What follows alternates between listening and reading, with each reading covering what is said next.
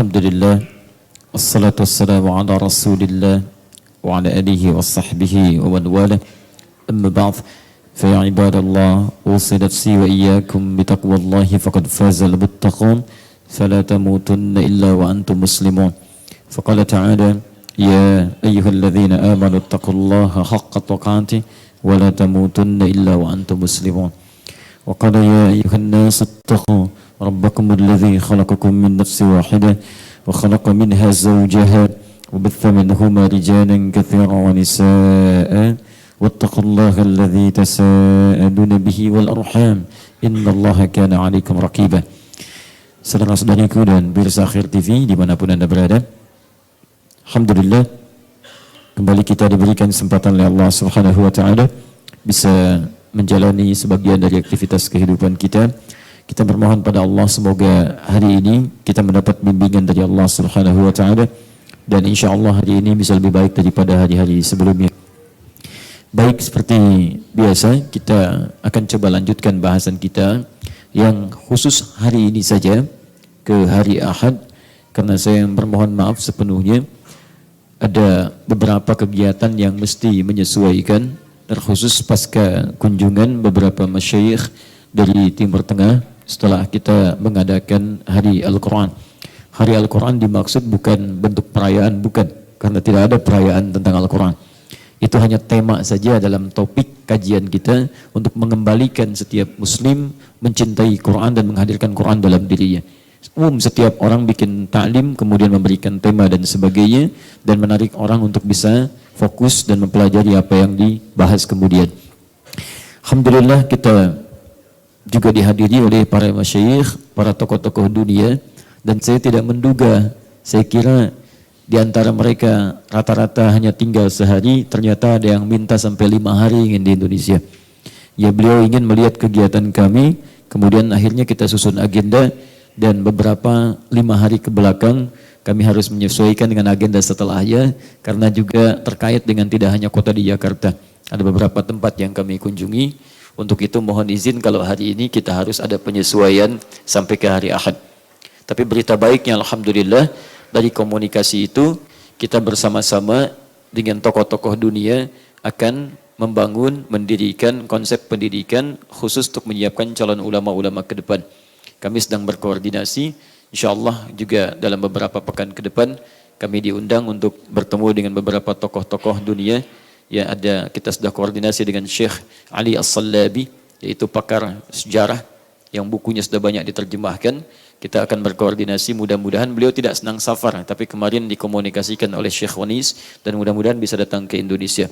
Dan juga yang Dr. Syekh Yusuf Al-Qardawi, kami diagendakan bertemu tanggal 16 sampai 18 ini di Qatar.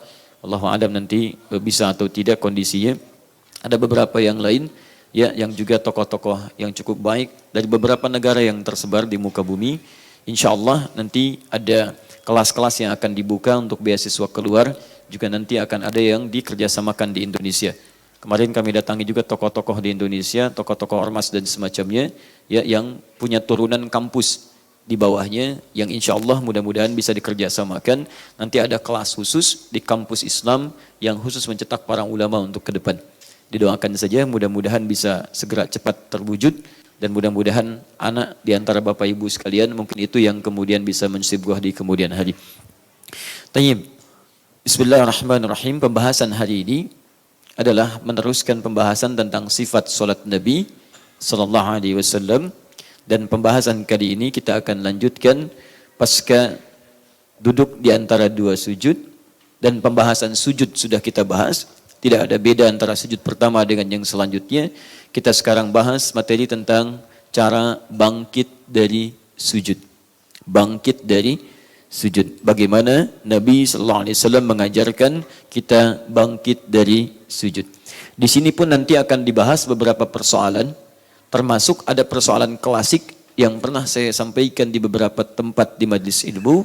Tentang perbedaan-perbedaan cara yang pernah diajarkan oleh Nabi. Tapi yang jadi menarik adalah ada perbedaan kemudian pandangan ketika terjadi peristiwa penerjemahan yang tidak tepat atau pemahaman yang kemudian agak berbeda, sehingga menjadikan kebiasaan di masyarakat berbuat satu amalan yang sesungguhnya dinilai para ulama khususnya yang salaf agak kurang tepat tapi marak dikerjakan di masyarakat. Kita akan bahas nanti, dan untuk menguatkan saya membawa beberapa referensi untuk diperkenalkan. Yang dengan ini nanti ada yang sudah diterjemahkan ke bahasa Indonesia, ada yang masih asli dengan bahasa Arabnya, yang itu nanti kita akan buka bersama sehingga paparannya menjadi jelas, dalilnya jelas saya tampilkan. Kalau Bapak Ibu mau cari bukunya juga ada, bisa dibaca dengan perbandingan. Dan kalaupun nanti bisa dilacak di referensinya, kita bisa temukan dan kita bisa dalami bersama.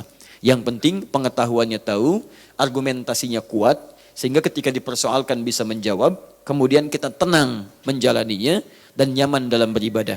Tapi saya tidak pernah mengajarkan Anda, sekalipun misalnya pendapat Anda unggul untuk mencela orang lain atau menyalahkan orang lain.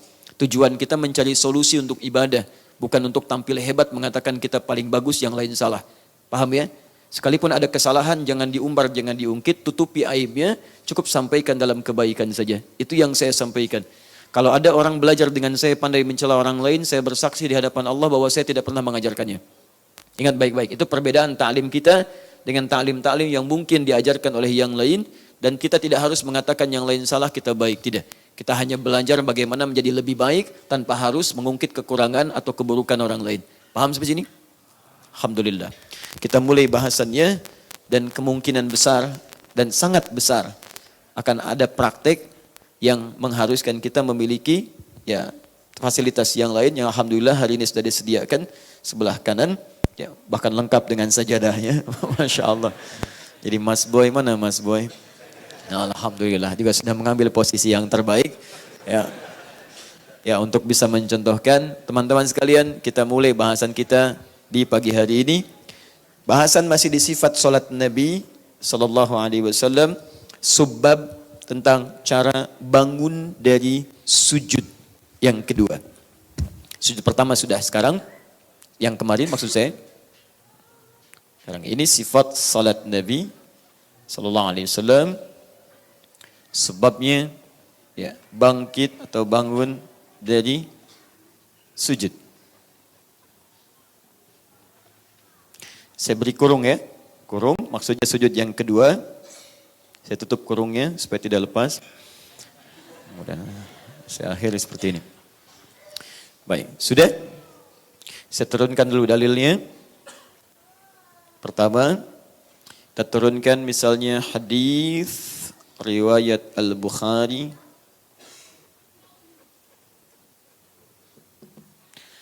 nomor hadis 833 di Kitabul Adzan, bab tentang salat witirnya Nabi sallallahu alaihi wasallam.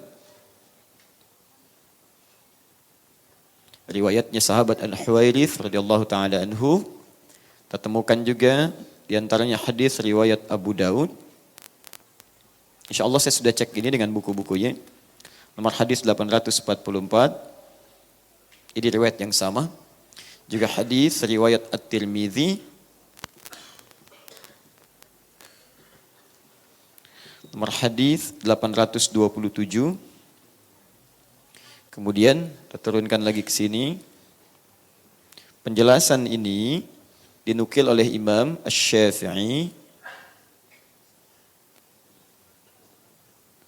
Maksud saya bukan menukil dari sini ya, karena kalau ini lahirnya belakangan setelah Imam Asy-Syafi'i. Karena Al-Bukhari ikut mazhabnya Asy-Syafi'i. Al-Bukhari itu Asy-Syafi'i. Ingat baik-baik. Imam Al-Bukhari mengikuti mazhab Asy-Syafi'i. Maksud saya hadis ininya, bukan penjelasan dari para rawinya. Baik, dalam kitabnya saya langsung turunkan kitabnya, kitab Al-Um. Ini magnum opusnya Imam Asy-Syafi'i. Juz yang pertama, halaman 116. Kemudian, tentang kualitas salat, hadisnya, beberapa turunan dari ini nanti akan ada penyesuaian-penyesuaian pendapat dari para ulama, dikomentari nanti oleh Imam An-Nawawi. Saya turunkan kitab An-Nawawi ya.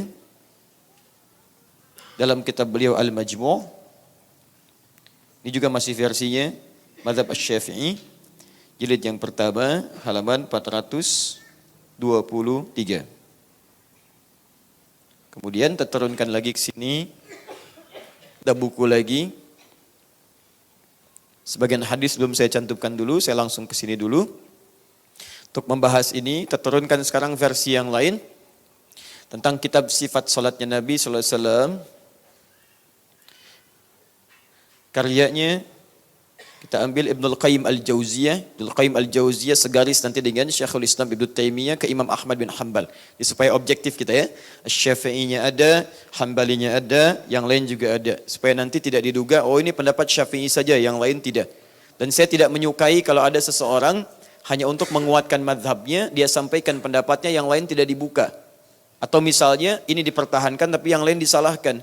Anda tidak ada masalah kalau Anda ikut jalur yang ini. Tapi tidak harus dan mencela orang lain atau menyalahkan orang ketika dia memilih dalil yang lain. Yang kerangka dua-duanya benar. Kalau salah satu salah, bolehlah kemudian kita tinggalkan. Jelas ya? Sehingga kita lebih objektif dalam menunaikan ibadah. Ini sifat salat Nabi karya Syekh Ibnul Qayyim Al-Jauziyah. Halaman 70. Paling kiri di pertengahan, ini kitabnya, sudah saya baca. Ini ya, sudah ada terjemah bahasa Indonesianya. Saya bawakan nanti untuk dicek, disesuaikan. Kemudian yang ini, saya maksudkan ke generasi setelahnya. Ya, kitab sifat salat Nabi lagi, sifat salat Nabi. Jadi ini yang pertama menulis. Kemudian yang kedua lagi, ini yang cukup populer kitabnya, karangan Syekh Muhammad Nasiruddin Al-Albani. Syekh Al-Albani. Ini sangat populer sekali kitabnya. Ya, bahkan ini banyak sekali ikhtisar, ringkasan-ringkasannya yang diterjemahkan oleh juga beberapa orang-orang berbeda, dan saya rekomendasikan yang terbitan Gema Insani Press ya. Cukup lengkap. Saya bawa bukunya sekarang. Ya, untuk nanti ditunjukkan antara yang ini dengan yang ini seperti apa gambarannya, karena saya menginginkan kita bisa maksimal dalam mempelajarinya. Ya, dari halaman 522 paling kiri sebelah bawah sampai 529 paling kanan sebelah pertengahan. Kita ambil. Nah nanti, ini untuk yang selanjutnya. Untuk yang ini maksud saya. Yang ini, setelah Syekh Al-Albani, ada kemudian masih, ini di mazhab Hanbali, saya ambil lagi kitabnya Syekh Ibn Salih Al-Uthaymin. Syekh Uthaymin. Beliau juga punya kitab, sebetulnya ini kitab Zadul Mustaqni. Ya, jadi ringkasan dari kitab Al-Muqni, cuman diberi judul Sifat Salat Nabi juga. Sifat Salat Nabi sallallahu alaihi wasallam karya Syekh Utsaimin. Masih dia mazhab Hanbali, Syekh Utsaimin dengan nama yang sama, Sifat Salat Nabi. Baik, nanti kita tunjukkan di antara referensi yang ada. Satu lagi, karena nanti satu lagi akan terkait dengan kebahasaan. Ingat, sifat-sifat bahasa yang akan menggali kedalaman bahasanya, saya hadirkan kamus langsung jadi referensi para ulama terkait dengan bahasa sekaligus dengan nilai fikihnya. Nama kitabnya Al-Misbah Al-Munir. Ya, Misbahul Munir. Ini sangat bagus karya Syekh Al-Fayyumi, ya. Antum bisa ambil ini. Jadi nanti yang paling tinggi ada Ibnu Manzur dengan Lisanul Arab. Ini cukup banyak detil. Diturunkan lagi nanti ada Tajul Arus, turunkan lagi ada Mukhtarus Sihah. Tapi kalau Anda ingin langsung bahasanya yang singkat, padat, jadi referensi paling efektif, plus juga dengan urusan fikihnya, maka saya rekomendasikan kamus yang ini. Ya, Al-Misbah Al-Munir. Pakai bahasa Arab. Jadi ini kamus Arab ke Arab. Ya, Arab ke Arab. Ada yang bahasa Indonesianya turunkan, boleh ada Al-Asri, cukup tebal. Dulu masih murah, pertama kali 65.000. Terus naik 89.000. Begitu diberikan tanda tangan Menteri Agama pada saat itu, berubah jadi 165.000. Ya. Sekarang sudah 228.000, kemudian terakhir saya cek 265.000. Baik, belinya di toko buku, kalau dekat sini ada dekat UIN. Di UIN itu, Syarif Hidayatullah, serbangnya ada Masjid Fatullah, di belakangnya ada tukang warung. Di tukang warung itu suami istri yang punya, kemudian dia geser sebelah kirinya lagi, ada toko kitab di situ. Pemiliknya namanya Ustaz Aziz, ya Ustaz Aziz, alumni Darasat Islamiyah, dia pasca sarjana di situ dan pengasuh Mazhab Darussunnah. Kemudian di situ dia jualan, tapi stoknya kadang-kadang agak kurang banyak. Geser lagi itu lagi, ada di situ lagi toko buku, buku-buku Islami, dan biasanya ada kamus siswa Al-Asri, warnanya hijau. Mudah-mudahan harganya tidak naik lagi. Nah, ini ya, Al-Misbah Al-Munir. Al-Misbah Al-Munir. Baik. Bismillah. Jelas insyaallah? Belum saya jelaskan. Bagaimana sudah bisa jelas? Ibu sarapan apa tadi? Oh, ya. Belum saya jelaskan, sudah jelas. Bismillah. Taib ya. Sudah, kita sudah sampaikan. 1, 2, saya simpan dulu berdasarkan urutannya. Bismillahirrahmanirrahim. Taib. Kita akan coba praktek dulu. Seperti apa yang coba kita biasakan dalam keseharian. Dalam penunaian salat. Setelah itu, kita coba belajar. Jangan-jangan selama ini, salat yang kita tunaikan belum sepenuhnya sesuai dengan apa yang diinginkan oleh Nabi SAW. Saya akan coba mulai praktekkan. Mohon izin, saya bukan kesepakatan dulu ya. Ingin bikin kesepakatan. Mejanya di sini kelihatan tidak? Tidak ada masalah Bu. Karena yang penting bukan mejanya. Yang penting orangnya yang praktekkan di sini. Baik ya. Nah sekarang kita tes kalau orangnya naik ke sini, kira-kira cukup jelas atau tidak. Nanti kalau kurang jelas, kita ambil posisi yang sangat memudahkan sehingga tercover keseluruhannya. Baik, jelas sampai sini? Baik. Bismillah.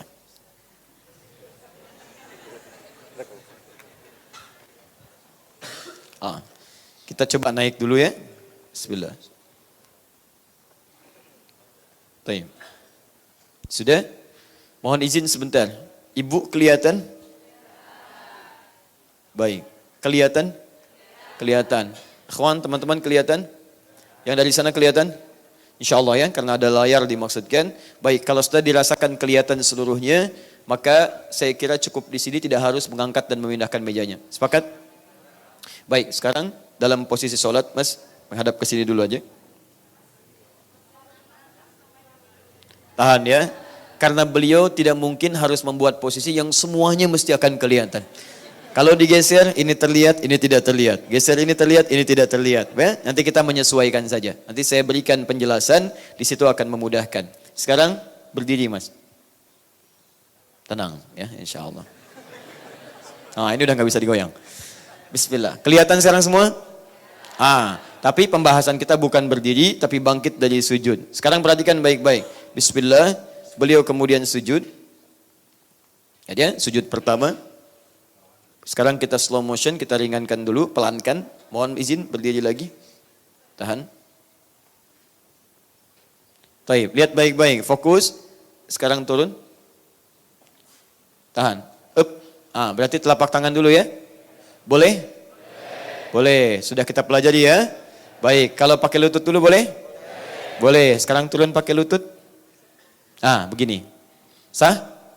Baik, telapak tangan boleh, lutut boleh. Yang tidak boleh pakai apa?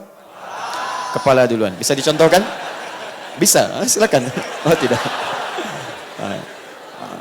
Alhamdulillah. Karena tidak boleh, berarti contohnya pun tidak mungkin dilakukan. Baik, sekarang sujud. Dah, fokus baik-baik. 7 anggota masih ingat? 1 apa? Kening. Yang kedua? 2 telapak tangan, kemudian sikunya agak keluar seperti ini, sudah bagus. Kemudian selanjutnya 2 lutut, 5 selanjutnya jemari di 2 kaki. Posisi kakinya itu tertutup atau terbuka? Tertutup, baik, alhamdulillah. Kemudian bangkit. Duduknya iftirash, duduk di antara 2 sujud. Ini materi terakhir kita. Masih ingat ya? Pertemuan lalu. Sekarang sujud lagi, sujudnya tidak ada beda dengan sujud yang pertama.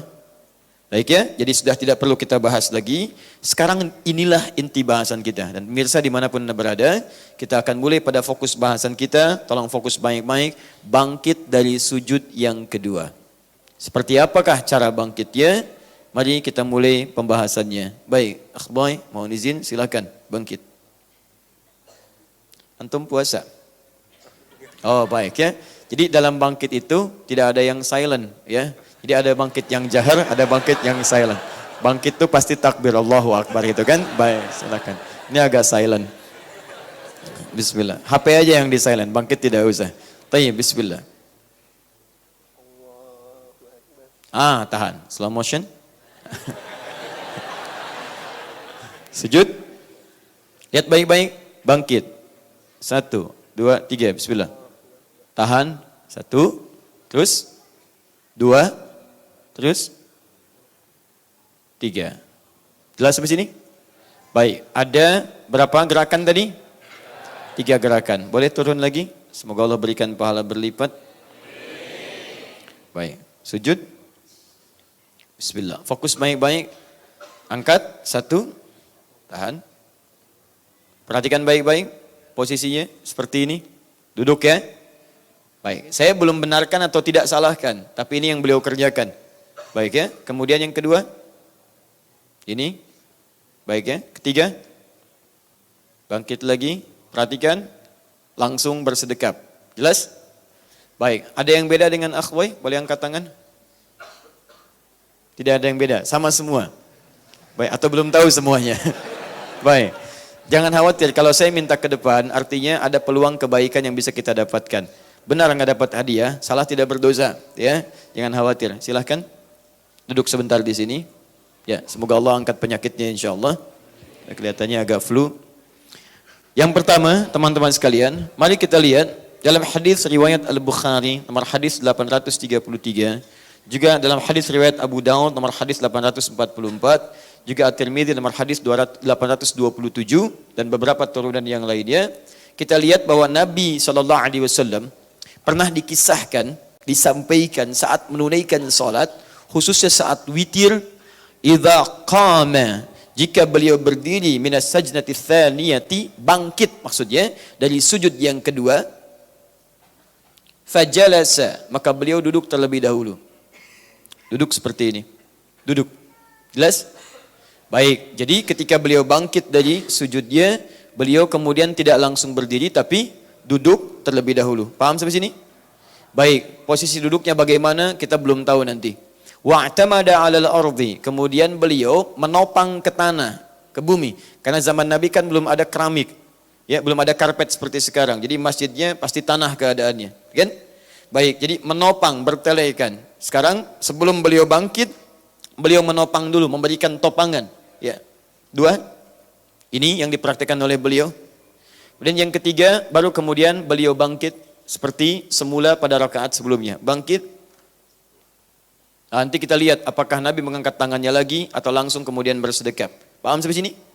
Nah, sekarang kita bahas pelan-pelan, artinya apa yang dilakukan oleh Mas Boy ini atau Akh Boy ini ada dalam petunjuk hadis-hadis Nabi SAW, tapi yang penting kita pelajari sekarang bagaimana detil pembahasan masalah duduk, masalah bertopang dengan masalah kembali lagi ke atas. Karena nanti ada duduknya juga, ada yang tidak duduk. Bagaimana statusnya saat tidak duduk itu?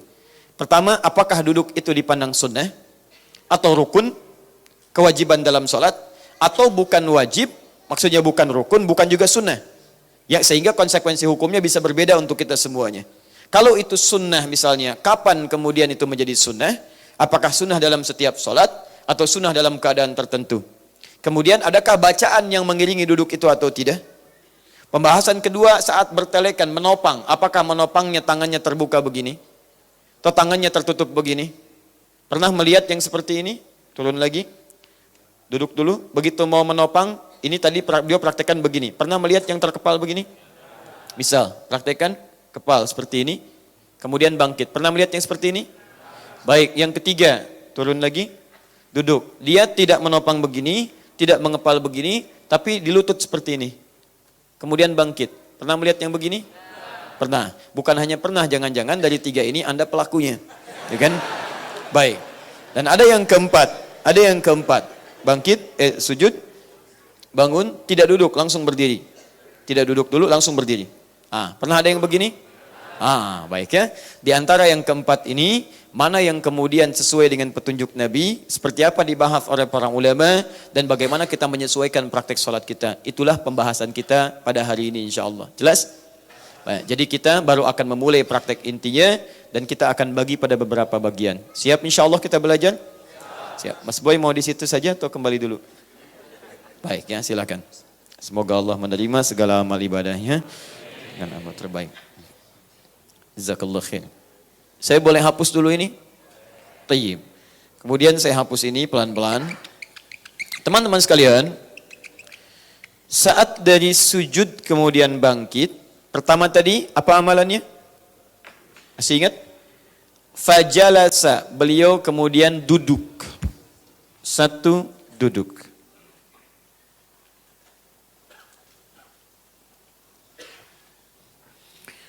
Baik. Kedua apa? Wa'tamada 'alal ardi. Tangannya menopang ke bumi, ke bawah. Menopang dengan telapak tangan. Kita fokuskan pada ini dulu, baru kemudian bangkit dan posisi tangannya nanti kita akan lihat setelah ini. Kita bahas dua ini dulu. Baik, sekarang pembahasan pertama tentang duduk. Bagaimana status duduk yang dimaksudkan ini? Para ulama kemudian mencoba untuk menggali tentang persoalan duduk ini. Kata Imam Asy-Syafi'i dalam kitabnya jilid yang pertama halaman 116, beliau sampai mengatakan begini, saya tidak menyukai ada orang-orang yang dalam sholatnya kemudian dia langsung bangkit tanpa duduk dulu.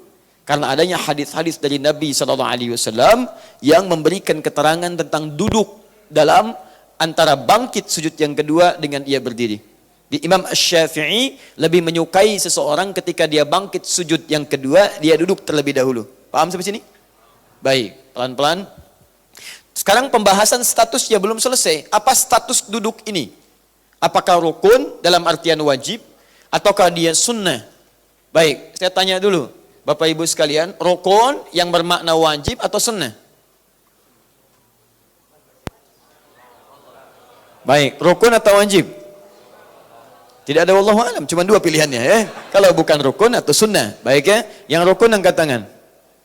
Yang rukun, sedang tidak rukun nih, angkat tangan. Baik, rukun baik. Yang sunnah? Lihat baik-baik sini. Kalau rukun, konsekuensinya wajib dilakukan. Kalau tidak dikerjakan, berarti sholat dia batal. Dia mesti mengulang. Ingat baik-baik ya. Yang kedua, kalaupun rukun, mesti bersanding dengan bacaan. Karena setiap ada yang dikerjakan rukun itu bersanding dengan bacaan. Misal, ketika Anda takbir, rukun bukan? Rukun, ada bacaannya. Ada apa bacaannya? Allahu Akbar. Baik, ketika Anda rukun bukan? Rukun, ada bacaan. Ada, ketika Anda sujud, rukun bukan? Rukun, ada bacaan. Ada umumnya setiap rukun akan bersanding dengan bacaan dan berkonsekuensi dia wajib dikerjakan, ditinggalkan batal salatnya. Paham? Baik. Yang kedua sunnah. Sunnah tidak mencapai derajat wajib. Artinya saat dia mengerjakannya, teman-teman sekalian, dia berpahala.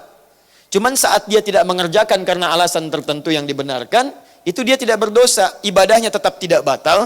Tidak batal, cuma tidak memperoleh pahala yang dijanjikan. Atau tidak mendapatkan potensi pahala yang dijanjikan. Salat tidak batal, cuman pahala tidak dapat. Jelas sampai sini? Pilih mana? Batal tidak dapat pahala, atau tidak batal dapat pahala? Tidak ada yang kedua. Ya kalau sudah tidak batal, tidak dikerjakan, nggak akan ada pahala. Ya awas ingat baik-baik. Ketika Anda tidak mengerjakannya, pahala tidak dapat, cuman sholat tidak batal. Paham? Baik, misal, contoh. Ada misalnya sunnah untuk bersedekap seperti ini. Ada yang irsal, ada yang bersedekap. Ketika Anda bersedekap seperti ini misalnya, itu mengikuti sunnah Nabi, ada pahalanya. Pahala ada. Anda seperti ini pun ada yang irsal. Ada. Baik, nah alih-alih Anda misalnya berseperti ini, padahal bisa seperti ini misalnya, Anda memilih seperti ini, maka Anda kehilangan momentum dari yang bersedekap seperti ini. Paham ya? Pahala untuk bersedekap tidak Anda dapatkan, tapi Anda mendapat kemuliaan misalnya mengikuti yang kedua seperti ini. Ada yang lebih jelas, misal Bismillahirrahmanirrahim. Tayyib. Ada yang memilih langsung Alhamdulillah, tidak ada masalah, karena riwayatnya ada. Anda tidak baca Bismillah pun dalam Al-Fatihah, misal dalam sholat langsung Alhamdulillahirrabbilalamin. Sholat Anda nggak batal. Gak ada masalah di sini. Ada hadisnya. Tapi kalau Anda bacakan misalnya Bismillahirrahmanirrahim, ada peluang pahala Anda dapatkan di situ. Paham di sini? Nah, fiqh Asy-Syafi'i di antara ciri khasnya adalah kalau ada peluang pahala bisa saya dapatkan, kenapa saya tinggalkan? Jelas ya? Itulah pandangan Imam Asy-Syafi'i. Makanya beliau memilih saat bismillah salah satu contohnya dengan jahar. Kenapa? Pertama, saya bisa bacakan bismillahnya, artinya saya punya peluang pahala. Bukankah satu hurufnya 10 kebaikan? Bismillahirrahmanirrahim, 19 huruf, 190 kebaikan saya dapatkan. Kalau saya nggak bacakan, memang sholat saya nggak batal, cuman saya kehilangan pahala, sayang. Baik, Imam Syafi'i kenapa tidak disirkan? Kata Imam Syafi'i, saya pilih jaharkan, sebab kalau saya jaharkan, yang lain dengar. Bukankah mendengar Quran di situ ada kebaikan juga? Quran surah ke-8 ayat kedua. Innamal mu'minuna alladzina idza dzukirallahu wajilat qulubuhum wa idza tuliyat 'alaihim ayatuhu zadatuhum imana wa 'ala rabbihim yatawakkalun. Orang beriman itu kalau disebut nama Allah ada getaran dalam jiwanya. Dan kalau dibacakan ayat Quran ada sentuhan pada dirinya, meningkat imannya dan semakin dekat dengan Allah. Daripada nggak saya keraskan, mendingan sekalian saya keraskan. Pahala saya dapat, orang lain bisa dengar dan ada kebaikan di situ. Itu satu contoh pendekatan fikih Asy-Syafi'i. Saya tidak mengatakan Anda mesti ambil yang ini, bukan. Saya menjelaskan begini karakteristiknya. Supaya Anda paham kalau Imam Syafi'i misalnya berhujjah seperti ini maksudnya. Imam Malik mengatakan saya ambil saja yang tanpa basmalah. Langsung alhamdulillahirabbil alamin. Sampaikan oleh beliau. Kenapa? Karena hadis-hadis awal terkait Al-Fatihah itu langsung dengan hamdalah tanpa basmalah. Basmalah datang kemudian ketika Ibnu Abbas radhiyallahu taala huma bertanya pada Nabi, kenapa tidak ada ayat turun untuk memisahkan surah satu dengan yang lainnya? Asalnya nyambung. Ya, qul huwallah nyambung dengan Al-Falaq, Al-Falaq nyambung dengan An-Nas. Begitu ditanya Ibnu Abbas radhiyallahu taala anhuma turunlah bismillahirrahmanirrahim. Sejak saat itulah Nabi seringkali membaca surah-surah diawali dengan bismillah. Termasuk Al-Fatihah dibaca dari bismillahirrahmanirrahim. Sehingga Imam Malik memilih, saya pilih dari hamdalah saja langsung. Apakah kehilangan pahala? Tidak. Beliau mendapatkan pahala mengikuti Nabi. Bagaimana mengikutinya? Memilih hadis-hadis awal dengan hamdulillahirabbil alamin. Ya, jadi saking inginnya beliau mengambil yang pertama, beliau mengambil hamdulillahirabbil alamin. Imam Ahmad menengahi. Daripada ini tidak baca, ini baca kemudian. Ada yang ketiga yang orang lain juga belum tentu tahu ini. Apa itu disirkan? Sir, tetap dibaca tapi tidak dijaharkan. Sir, silent. Ya, tidak ada bunyinya. Bismillahirrahmanirrahim. Lebih ya? Dibaca pribadi, dibaca bismillahnya, tapi disirkan, tidak dijaharkan, lantas tidak terdengar oleh orang lain. Paham ya? Jadi kalau antum jadi imam, imamnya sir, antum gak harus dekatkan ke mic supaya kedengaran orang. Bismillahirrahmanirrahim. Alhamdulillahi rabbil alamin. Kalau seperti itu sama aja jahar. Jahar karena bacaan antum kedengaran orang. Paham ya? Nah, ini karakteristik tipikal fikih Imam Asy-Syafi'i. Jadi kata beliau, saya menyukai orang duduk daripada tidak sama sekali. Karena ketika duduk ada pahala mengikuti petunjuk Nabi SAW. Jelas? Nah, sekarang pertanyaannya, apakah ini bagian dari wajib, rukun atau sunnah? Kalau wajib jelas ditolak oleh para ulama, ini bukan dari bagian rukun ataupun kewajiban. Jelas? Baik. Disepakati oleh para ulama, ini hukumnya sekalipun dikerjakan masuk dalam hukum sunnah. Berpahala jika dikerjakan, tapi tidak melahirkan dosa dan tidak membatalkan sholat kalau tak mampu mengerjakannya. Jelas sampai sini? Nah, sekarang pertanyaannya, apakah duduk ini terus dilakukan dalam sholat atau hanya sesekali dikerjakan dalam sholat? Kapan Nabi SAW mengerjakan duduk dalam sholat? Ternyata pembahasan para ulama di kitab-kitab keterangan tentang sifat salat Nabi SAW terkhusus yang dibahas tuntas itu oleh Ibnul Qayyim Al-Jauziyah dalam sifat salat Nabi di sini. Beliau bahas tuntas tapi kalimatnya ringkas. Ya, di halaman ke-70 sampai 71 beliau bahas ini. Ya. Kemudian penjelasan yang ini kalau ingin lebih jelasnya lagi, Anda temukan dibahas lengkap tentang cara duduknya Nabi beserta kapan dia munculnya. Bagaimana status hukumnya, seperti apa sebenarnya dipraktekkan di kitabnya Syekh Ibnu Utsaimin yang ini, terbitan Al-Qawam. Ya, jadi nanti kita satukan jadi satu, mudah-mudahan jadi diktat untuk pedoman kita. Nah, beliau kemudian sampaikan di sini, nanti saya cek setelah saya sampaikan. Kesimpulannya, fokus di awal-awal masa Nabi SAW menunaikan salat, baik, beliau tidak nampak kemudian mengambil posisi duduk, bangkit dari sujud. Jadi tidak mengambil posisi duduk. Jadi beliau sujud, kemudian bangkit, langsung bangkit, tidak duduk, sujud terlebih dahulu. Tidak duduk terlebih dahulu. Paham? Contoh. Mas Boy.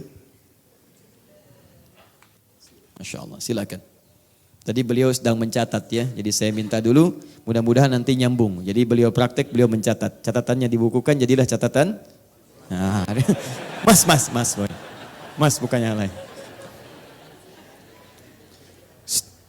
Dah ya, lihat sini, sujud. Sekarang pertama di awal-awal masa-masa kenabian SAW diperintahkan untuk salat. Terdapat riwayat-riwayat bahwa Nabi SAW itu jarang ditemukan beliau duduk. Jadi begitu bangkit, silakan. Tidak duduk tapi langsung naik. Paham? Seperti ini. Jelas? Sesekali, ingat sesekali ditemukan Nabi SAW khususnya seringkali terlihat pada tahun ke-9 Hijrah. 9 Hijrah. Berapa usia Nabi? Mas Boy? Sedang sholat, tidak usah menjawab. Baik ya? Nabi diangkat jadi Rasul usia berapa? 40 tahun. Hijrah ke Madinah usia berapa? Nabi kan di Mekah 13 tahun, kan? Plus 13. Baik ya. Usia berapa tahun? 53 tahun. Tambah 9? 62 tahun. Nabi wafat usia berapa tahun? Kurang lebih 63 tahun ke 10 hijrah. Berarti setahun sebelum wafat. Pertanyaan saya, usia Nabi sudah sepuh atau belum? Sudah sepuh. Baik, salatnya berdiri atau duduk? Jangan mengarang. Jangan mengarang. Kalau tidak tahu katakan apa? Wallahu a'lam. Baik, setahun sebelum Nabi wafat, kebanyakan Nabi SAW menunaikan sholat, itu sering sekali beliau duduk. Bahkan sholat malamnya sering duduk. Karena ayat yang dibaca panjang, tidak punya kemampuan terlampau lama beliau untuk berdiri. Saking inginnya tahajud, tapi sulit menyeimbangkan antara fisik dengan bacaan yang panjang itu. Kan sering saya katakan, Nabi kadang seringkali satu rakaatnya 5 juz 4 halaman. Baik ya, panjang berdiri, tidak punya kemampuan seperti biasa awalnya, maka beliau seringkali duduk. Artinya fisiknya sudah mulai ada penurunan. Sebelum ini kadang duduk, tapi dalam keadaan-keadaan tertentu. Tidak setiap kali beliau bangkit kemudian beliau duduk. Artinya duduk yang dimaksudkan, silakan sujud, kemudian bangkit, duduk dulu.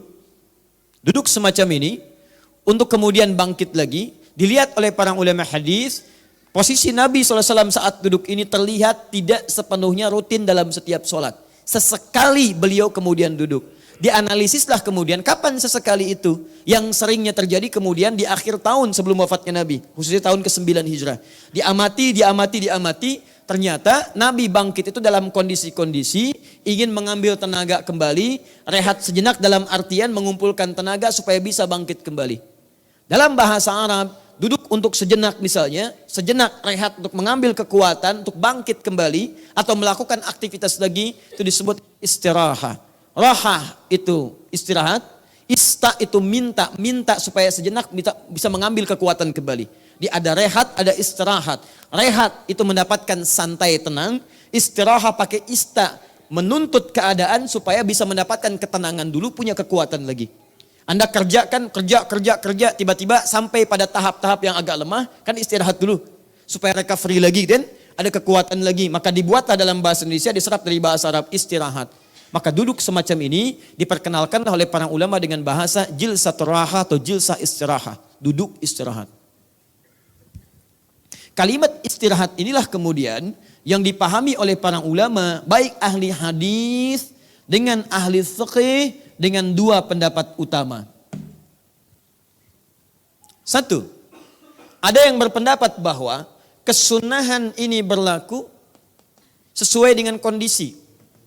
Artinya kalau kondisi Anda memang menuntut untuk bisa rehat sejenak pada saat itu, tidak langsung bangkit. Misal, kalau bangkit dari sujud Anda terlampau misalnya gerakan cepat terlalu capek. Atau kondisinya misalnya menyulitkan. Dari mulai sujud tiba-tiba langsung bangkit, menyulitkan bagi Anda. Maka berlaku kesunahan ini sunnah hukumnya dan berpahala ketika Anda duduk. Paham? Tapi kondisi sebaliknya, jika memang memungkinkan Anda dari sujud langsung bangkit, tidak harus duduk, maka yang dimaksud sunnahnya adalah bangkit, tidak harus duduk di sini. Ini kata pendapat yang pertama, paham? Saya ingat saya sedang merangkum dua kitab ini, nanti rujukannya Anda kembalikan ke sini. Ingat, kalau saya sedang bahas sesuatu secara menyeluruh, Anda simpan dulu kebiasaan Anda, supaya nanti kita bahas ini, setelah itu kita keluarkan kebiasaan Anda sesuai dengan argumentasi dalilnya. Paham? Baik. Dua, ada pendapat kedua mengatakan, sepanjang Nabi mempraktekkan untuk duduk itu, jangan dilihat antara butuh tidaknya. Yang penting duduk itu dikerjakan oleh Nabi. Artinya posisi duduk itu mau dalam keadaan kita perlu untuk duduk dulu. Atau kita merasa kuat dalam bersemangat. Tidak ada masalah. Karena Nabi pernah praktekkan keadaan duduk itu. Dan Nabi pernah tunjukkan pada satu kaum di tahun 9 hijrah. Kata Nabi memberikan contoh pada mereka. Lakukan seperti ini. Duduk dulu. Dan tidak semua orang yang hadir pada saat itu memiliki fisik kondisi seperti Nabi. Artinya dia butuh istirahat. Ada yang semangat, ada yang kuat. Ini menunjukkan kata pendapat yang kedua, tidak ada masalah. Duduk itu sangat dianjurkan. Sunnah di situ, baik dalam keadaan Anda misal sedang butuh tenaga, atau bahkan sedang kuat semangat, maka dianjurkan duduk terlebih dahulu sebagai contoh dari Nabi SAW. Paham seperti ini? Baik, kira-kira pendapat 1 dan 2 mana yang benar? Yang cenderung 1 angkat tangan. Cenderung 2 angkat tangan. Alhamdulillah. Yang dua-duanya? Masya Allah. Yang benar adalah dua-duanya. Yang salah? Yang tidak sholat. Ya, sepakat ya? Jadi satu atau dua ini hanya pendekatan cara memahami saja. Yang pertama mengatakan, oh iya, ini boleh duduk nih. Cuman Nabi itu kan duduk pada saat beliau merasa fisiknya kurang maksimal untuk bisa langsung bangun. Karena itu sunnahnya berlaku pada saat itu. Kalau tidak nggak usah dikerjakan. Tapi yang satu pun bersepakat kalaupun dia duduk gak ada masalah. Dan tidak disebut dengan bid'ah. Ingat, bersepakat mereka kalau duduk gak apa-apa. Cuma bagi kami praktek duduk itu dilakukan saat dalam keadaan butuh untuk duduk. Tapi kalau Anda mau duduk silahkan saja gak ada masalah. Paham? Yang kedua memahami, kalau saya agak berbeda. Kalau saya, sepanjang Nabi pernah kerjakan artinya boleh dilakukan. Boleh dikerjakan. Karena Nabi pernah lakukan itu. Dan Nabi tidak mengingkari ketika ada sahabat yang sholat kemudian duduk dulu. Artinya itu boleh dilakukan dan ada pahala saat melakukannya. Paham? Baik. Imam Asy-Syafi'i berpendapat daripada tidak dikerjakan sama sekali, saya lebih baik kerjakan. Karena saat dikerjakan ada pahala diberikan, kalau tidak sama sekali. Paham? Alhamdulillah. Jelas ya? Ini persis sama saja dengan kunut. Ya, sama, hampir sama dengan kunut. Nabi pernah mengerjakan, setelah itu beliau kemudian tidak mengerjakan. Kata Ibnu Umar kadang beliau kerjakan, kata yang lain kadang tidak mengerjakan. Ya, Imam Syafi'i memilih untuk kunut, Imam Malik memilih untuk kunut, kemudian Imam Ahmad kunutnya nazilah, Abu Hanifah memilih tidak kunut. Mana yang paling benar? Semuanya benar. Yang salah yang tidak? Salat subuh, kan? Baik, alhamdulillah. Kembali ke sini. Jadi duduk dilakukan boleh saat Anda merasa membutuhkannya, nanti saya terangkan kapan Anda butuhkan itu. Atau yang kedua, baik Anda merasa lelah ataupun merasa kuat, tidak ada masalah, silakan Anda kerjakan dan ini hukumnya masuk pada kategori sunnah.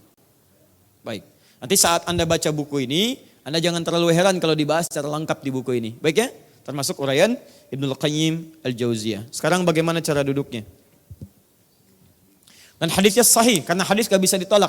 Dari yang 3 saya tuliskan tadi. Ya Al-Bukhari nomor hadis 833, Abu Daud 844, juga di At-Tirmidzi nomor hadis 827. Hadisnya sahih, Nabi SAW, saya bacakan hadisnya. Sujud. Sudah. Qila bima ma'na idza qama min as-sajdati tsaniyah, jika beliau bangkit dari sujud yang kedua, fajalasa, duduk. Apa posisi duduknya? Di dulu. Beliau kemudian duduk, bagaimana duduknya? Pertama, fastawa. Ini hatta yaqmuda kullu qaffarin makana. Tegak punggungnya. Ini tegak. Jadi tidak bungkuk ke sini, tidak juga ke belakang, tapi tegak, posisi tegak, sempurna. Ya, walaupun singkat tapi dalam posisi yang sempurna tegak. Jelas? Baik, 2, posisi duduknya seperti duduk iftirash. Di antara 2 kaki. Jelas ya? 1 terlipat, yang kiri kemudian diduduki. Asna rijlahul yusra, melipat kakinya yang kiri, faqa'ada 'alaiha, kemudian diduduki itu, wa nasabal yumna, yang belakang itu kemudian ditegakkan. Boleh menghadap ke sini? Bisa? Ayo tawakkal 'ala Allah. Lihat sini. Duduk seperti ini. Kemudian kakinya seperti iftirash, ya. Lipat yang kiri, duduki kakinya. Yang kanannya tegak seperti ini dengan kakinya dilipat seperti ini. Paham? Baik, seperti yang kemarin. Telapak tangan. Ya, telapak tangan diletakkan. Perhatikan baik-baik. Yang ini telapak tangan. Di mana diletakkannya? Apakah kemudian masih di sini atau di lutut atau di paha? Posisi terbaik, tidak ada yang spesifik menjelaskan ini, tapi kata para ulama tidak ada beda dengan yang duduk lain-lainnya seperti duduk di antara 2 sujud. Letakkan kemudian di atas paha yang mendekat ke arah lutut. Seperti ini posisinya. Jelas ya? Baik, boleh bertukar ke arah sana? Ya.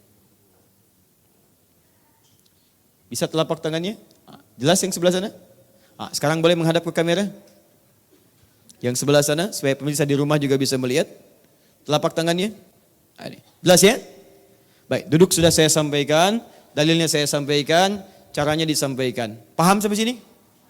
Baik. Hukumnya apa duduknya? Sunnah. Sunnahnya kapan dilakukan? Bukan saat bangkit dari ruku yang kedua, sujud yang kedua ya. Sunnah dikerjakan saat bangkit dari sujud yang kedua. Kalau saya lemah boleh seperti ini? Kalau saya kuat boleh seperti ini? Boleh. Kalau tidak mengerjakan boleh? Boleh. Alhamdulillah. Sepakat sampai sini? Paham? Dalilnya sudah tahu tadi? Bukunya sudah ada ya? Baik, kalau sudah, sekarang menghadap ke sini, kita masuk pada bagian yang kedua. Setelah itu, apa yang dikerjakan? Duduk sudah, saya teruskan hadisnya. Wa'tamada 'alal ardi. Wa'tamada 'alal ardi. Kemudian beliau menopang ke bumi, tanah. Berikan topangan supaya terbantu untuk naik. Terbantu untuk naik. Wa'tamada 'alal ardi. Silahkan, lihat sini.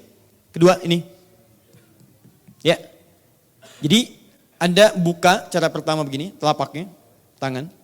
Tekan kemudian. Ya, kalau sekarang di karpet atau di tanah atau di alas paling bawah, ya. Tekan seperti ini. Wa'tamada, i'timad itu bukan sekedar menyimpan, bukan. Dia bukan formalitas Anda begini, tidak. Tapi memberikan tekanan supaya dengan ini ada bantuan Anda tenaga untuk naik ke atas. Paham ya? Wa'tamada 'alal ardi, tekan. Anda naik. Jelas? Baik. Sekarang fokus pelan-pelan. Turun lagi. Pertanyaan saya, tangannya ini terbuka atau terkepal? Bisa dua-duanya. Yang terbuka, angkat tangan. Yang terkepal? Yang dua-duanya boleh angkat tangan. Masya Allah, satu buka, satu kepal. Saya pengen sunnah banget Ustaz. Satu buka, satu kepal. Luar biasa. Sunnah banget. Ya. Mana di antara ini yang benar? Mas Boy, silakan turun dulu. Baik, mari kita lihat. Nah, inilah persoalannya di sini. Bapak dan Ibu sekalian, ada redaksi hadis dari Nabi sallallahu alaihi wasallam, riwayat Ibnu Abbas radhiyallahu taala anhuma, yang menyebutkan bahwa Nabi sallallahu alaihi wasallam ketika sedang i'timad, beliau kemudian melakukan i'timad, menopang itu kama yaf'aluhul ajin. Kama yaf'aluhul ajin, seperti orang berbuat ajin. Ain, jim, nun. Ain, jim, nun. Ajana. Ain, jim, nun. Ini.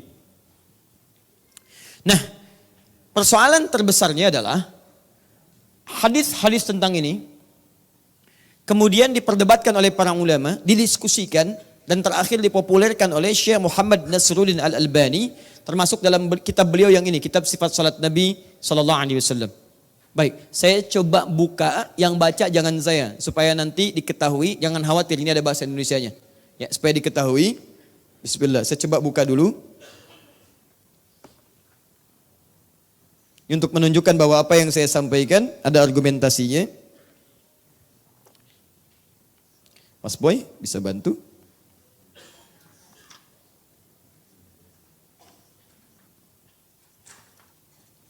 Dapat ini. Baik, silahkan dibacakan dari halaman 413 yang ini. Ya, yang ini ya. Tolong dibacakan. Baca Arabnya dulu, ada harakatnya. Bismillahirrahmanirrahim. Wa kana ya'junu fi sholati ya tamidu ala yadaihi iza qala. Taib ya. Baca terjemahannya. Nabi SAW bertumpu pada kedua tangannya jika berdiri ke rakaat berikutnya. Oke. Ada ya? Di bukunya ada, halaman berapa? Halaman 413. Bukunya ada ya? Baik.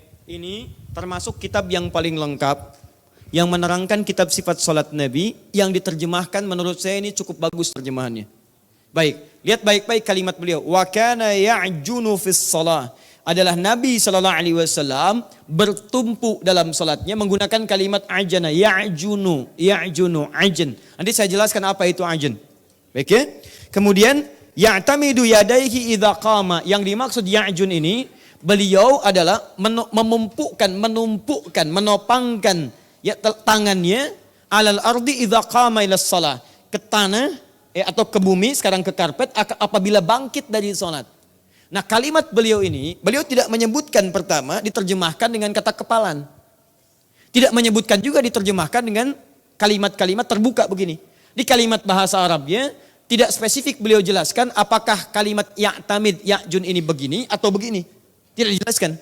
Tapi nanti ada ringkasan dari kitab ini, diringkas ya, jadi ringkasan tuntunan salat Nabi yang diterjemahkan oleh seorang bernama Abul Hasan As-Sidawi, terbitan As-Sofa, halaman 196. Diterjemahkanlah dalam tuntunan itu dengan cara mengepal seperti ini. Kepalan. Jadi dalam kitabnya diterjemahkan hanya sekedar bertumpuk pada bumi, tapi tidak dijelaskan apakah mengepal ataukah seperti ini. Nah, dalam terjemahan yang singkatnya, ringkasan bukan kitab aslinya, ringkasan dari penerjemahan itu diterjemahkan dalam bentuk mengepal seperti ini.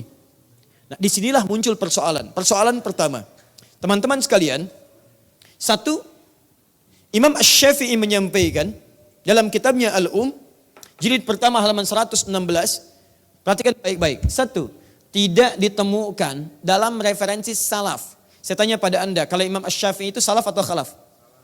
Salaf. Beliau lahir tahun berapa?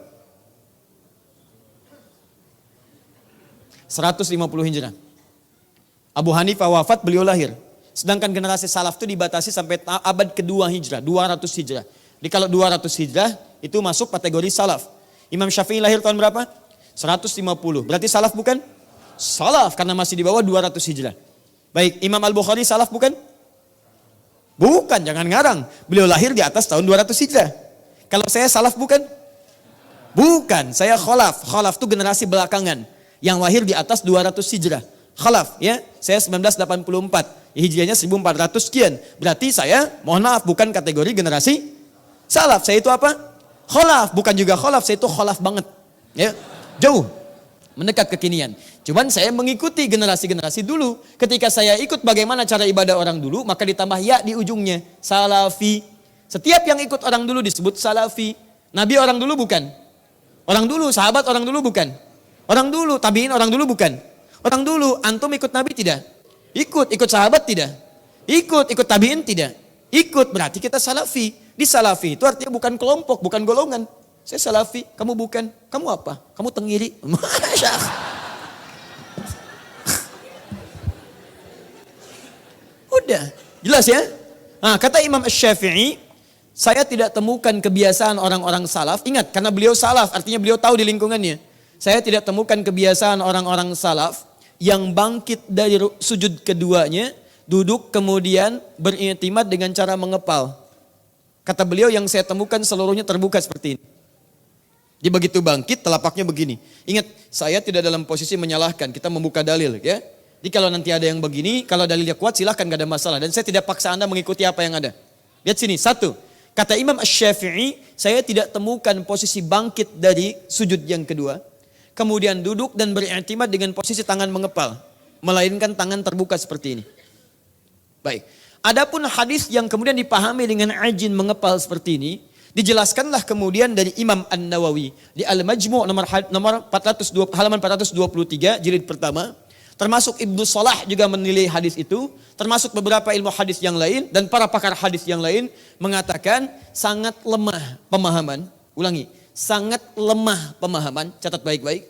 Orang yang menafsirkan kemudian bangkit dengan beriktimad dengan tangannya berlipat begini. Sangat lemah. Dari sudut apa?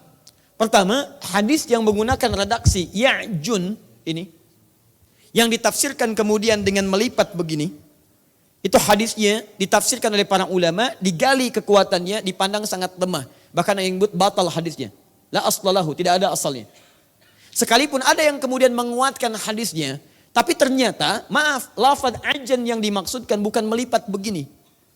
Tapi ajan yang dimaksudkan, kita buka kemudian kitab dalam bahasa Arabnya. Anda nggak akan temukan kalimat-kalimat ajan dalam bahasa Arab kecuali maknanya seperti ini. Baik, saya minta bantuan. Ada yang bisa baca dengan bahasa Arab? Ada harakatnya? Nanti saya bantu terjemahan. Boleh angkat tangan? Faiz. Mana Faiz? Anda Faiz. Baik. Jazakallah khair. Faiz disebutkan dalam Al-Quran turunannya sebanyak 29 kali. Kata Fauz, Faiz, Faizah, Faizin, Fauzi dan seterusnya. Fauz itu artinya orang yang diharapkan sukses dalam kehidupannya. Oh, asik. Baik, yang kedua namanya Farah, Fariha. Turunannya Farhan, Farah dan seterusnya. Orang yang diharapkan bahagia dalam hidupnya.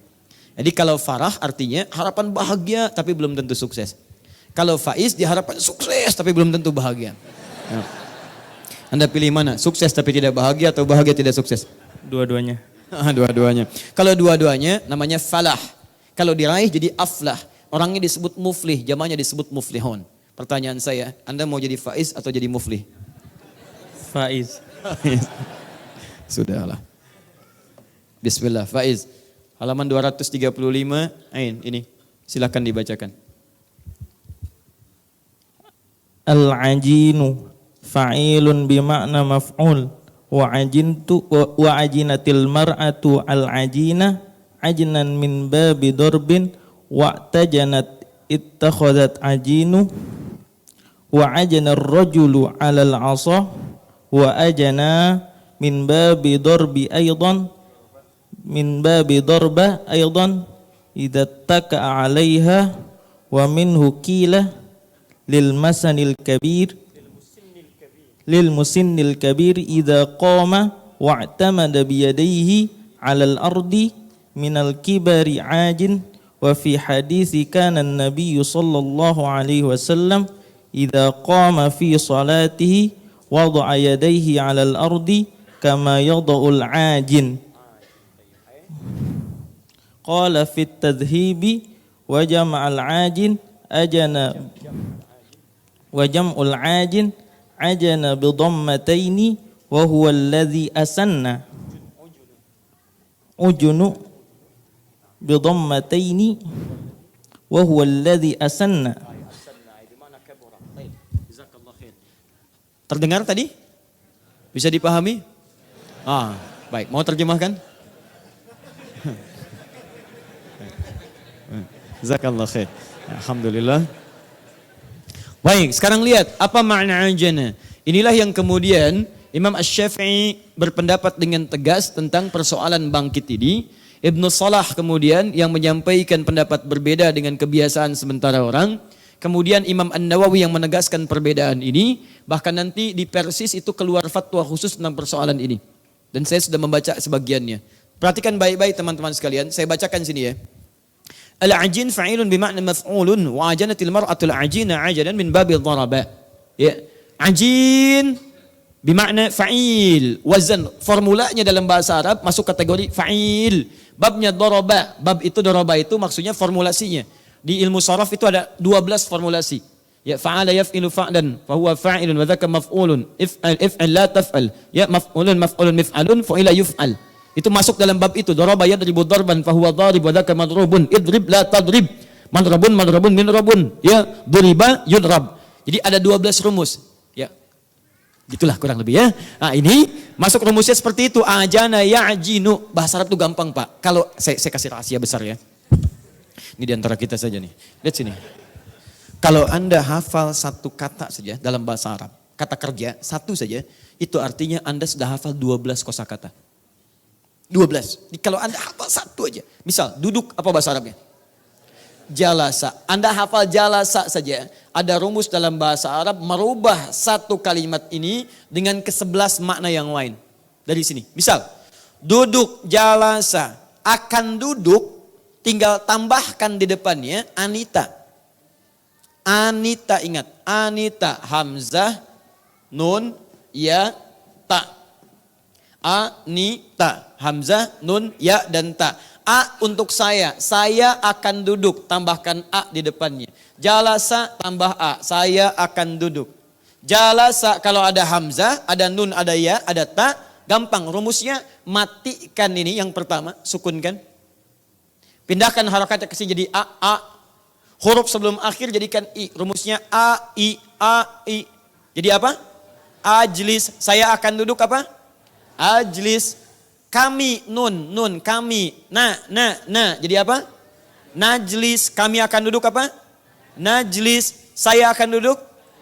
Ajlis. Anda hafal jalasa, Anda bisa hafal 12 makna yang lain. Saya akan duduk, ajlis.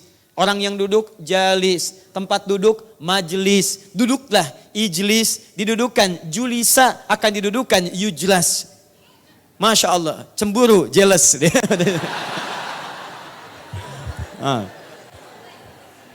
Masya Allah. Tayyib. Teruskan, ini baru baca kita bahasa Arab itu luar biasa ya. Anda tidak mudah itu. Nah, sekarang lihat sini. Bismillah.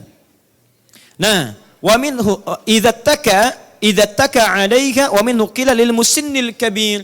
Jadi yang dimaksud dengan ajana itu adalah seseorang yang bersandar kuat Atau disebutkan juga bagi seseorang yang sudah punya usia yang cukup sepuh, yang tidak punya tenaga kuat untuk bangkit. Makanya dikatakan pada seseorang ketika dia akan bangkit dari duduk, bagi seseorang yang sudah sepuh, kata beliau, maka disebutkan ajana rajul, dikatakan ajana seorang rajul, seorang lelaki yang sudah sepuh, artinya dia menopang dengan kuat supaya bisa bangkit ngambil tenaga. Sekarang saya ambil contoh begini, kembali ke sini mas. Bisa? Beliau sudah sepuh nih. Bisa saja. Usianya misalnya sudah 90 tahun misalnya kan. Baik 2 jam lagi mau meninggal misal. Misal saja. Nah, sekarang mau bangkit nih. Kalau sudah sepuh persoalan paling utama apa yang jadi masalah? Lutut gitu kan. Nah, sekarang duduk mau bangkit. Gak usah masalah sholat lah. Di luar yang lain saja. Anda duduk normal aja, duduk biasa. Nah, sekarang mau bangkit. Pertanyaan saya. Kalau ada orang mau bangkit dalam kondisi sepuh, apakah dia akan menahan dengan tangannya atau tidak? Pasti akan menahan, dia akan bangkit begini. Coba bangkit, sepuh ya, ingat sepuh. Tuh. Tahan kan? Tahan kan? Pertanyaan saya, mungkin gak ada orang yang ketika dia sudah sepuh akan bangkit dalam duduk, dia menahan tangan untuk bangkit, tangannya terlipat begini? Mustahil. Makanya tidak pernah ada orang Arab mengartikan ajana dengan tangan berlipat. Karena setiap orang sepuh akan bangkit, tangannya akan terbuka begini, pasti akan begini. Paham ya? Pastinya akan begini, tidak akan begini. Silahkan cek, ibu sudah sepuh, ingin bangkit misalnya. Waduh, belum tahu dia, saya dulu sering olahraga, misalnya kan. Mustahil. Mustahil, pasti begini. Pasti tangannya terbuka, dia akan bangkit begini, bismillah. Bangkit. Paham ya? Demikian kalimat ajana dalam bahasa Arab pertama ditafsirkan bagi orang yang sudah sepuh. Kemudian dia akan bangkit, lemah kondisi badannya, maka dia menopang dengan tangannya. Dan tangannya tidak berlipat begini tapi terbuka seperti ini. 2. Diartikan pula ajana itu adalah orang yang membuat adonan dengan kuat. Baik, pertanyaannya kalau membuat adonan tuh begini atau begini? Begini kan? Baik, dibuatkan seperti ini ya, adonan. Ya dibuat seperti ini kan? Baik, tapi dia itu ketika disebutkan ajana, adonan disebut dengan ajinun. Dia membuat adonan dengan kuat seperti ini, dibuat seperti ini. Ya. Nah inilah yang jadi persoalan. Ada yang menafsirkan bahwa bertelapak menopang ke tanah itu seperti ini. Yang tangannya berlipat karena mengartikan kata ajin itu seperti membuat adonan yang tangannya berlipat. Kata para ulama hadis ini salah paham. Yang dimaksudkan tasbih. Tasbih itu penyerupaan kekuatan bukan dengan cara melipat tangannya. Di orang pembuat adonan melipat adonan itu begini supaya lebih kuat dengan tenaga yang kuat adonan jadi bagus. Jadi ringan, jadi lunak. Jadi yang diambil tasbihnya penyerupaannya bukan tangannya harus berlipat. Tapi artinya apa? Mengambil tenaga dengan melipat seperti ini. Sama seperti dia membentangkan tangannya untuk mengambil tenaga dan bangkit dia ke atasnya. Di persoalan terbesarnya adalah satu. Ada yang memahami tangannya kemudian berlipat seperti ini dengan menggunakan hadis yang ini. Nah maka oleh para ulama salaf ditolak pemahaman itu. Kata para ulama salaf yang dimaksudkan itu bukan melipat begini. Tapi maksudnya mengeluarkan tenaga untuk mengambil tenaga yang kuat supaya bisa bangkit. Mustahil orang duduk itu bisa bangkit dalam keadaan dia susah sepuh tadi. Kecuali tangannya terbentang bukan tangannya melipat begini. Paham sampai sini?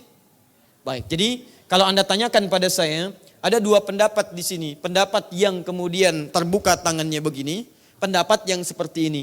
Tapi kalau Anda tanyakan mana yang paling kuat, kalau saya secara pribadi menilai dari pendapat-pendapat itu, dari buku-buku tadi, termasuk pendapat Syekh Al-Albani, yang diterjemahkan dalam kitabnya yang lengkap seperti ini, itu tidak pernah ada bahasa melipat tangan. Yang ada hanya, kata beliau, bertumpuk di tanah. Tapi beliau tidak menjelaskan apakah seperti ini atau seperti ini. Kenapa tidak dijelaskan? Karena di kitab-kitab yang dulu sudah sangat dipahami. Sangat dipahami, bukan begini tapi seperti ini. Karena itu tidak perlu dijelaskan lagi. Sesuatu yang sudah dipahami, sudah jelas, maka tidak perlu diberi penjelasan lagi. Semakin banyak dijelaskan, semakin bingung. Paham ya?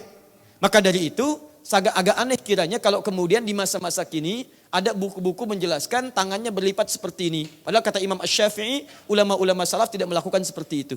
Paham ya? Baik. Dan kalau Anda mengatakan saya salafi, tangannya berlipat itu lebih aneh lagi. Ya, karena ulama salaf melakukannya terbuka seperti ini. Ya, tapi kalau saya tidak menyalahkan, kalau Anda ingin lakukan silahkan, itu pilihan masing-masing. Kalau ingin begini silahkan. Tugas saya menyampaikan pengetahuan, ini asalnya, ini hadisnya, ini turunannya. Baik. Sekarang. Kalau ada seseorang bangkit misalnya, tangannya begini. Benar tidak? Benar. Ada seseorang bangkit, tangannya begini. Benar tidak? Anda nggak usah khawatir. Anda silakan sampaikan. Mau benar, mau tidak, kita ada ukuran. Orang mau bangkit, tangannya begini, benar tidak? Yang begini benar tidak? Yang salah apa? Yang tidak sholat, ingat. Tidak begini pun nggak apa-apa, nggak ada masalah dia bangkit kan. Jadi kalau Anda mau begini, silahkan itu pilihan Anda. Kalau Anda mau begini, itu pilihan Anda. Hadis Anda didasarkan pada hadis-hadis tadi. Jadi Anda harus tahu kenapa Anda begini. Ketika Anda memilih begini, hadisnya yang tadi menggunakan kata ajin. Tapi pemahaman ulama menggunakan kata itu bukan yang begini. Kata para ulama, ajin yang dimaksudkan bukan melipat tangan, tapi bertumpu secara kuat. Paham sampai sini? Nah, tapi kalau Anda ingin paham itu kan perbedaan ulama Ustaz, itu nggak ada masalah. Ya, saya tidak menyampaikan pada Anda untuk memaksa Anda berpindah, tidak. Maksud saya kalau Anda gunakan satu amalan, Anda harus paham kenapa Anda melakukan itu. Apa argumentasinya? Jelas ya?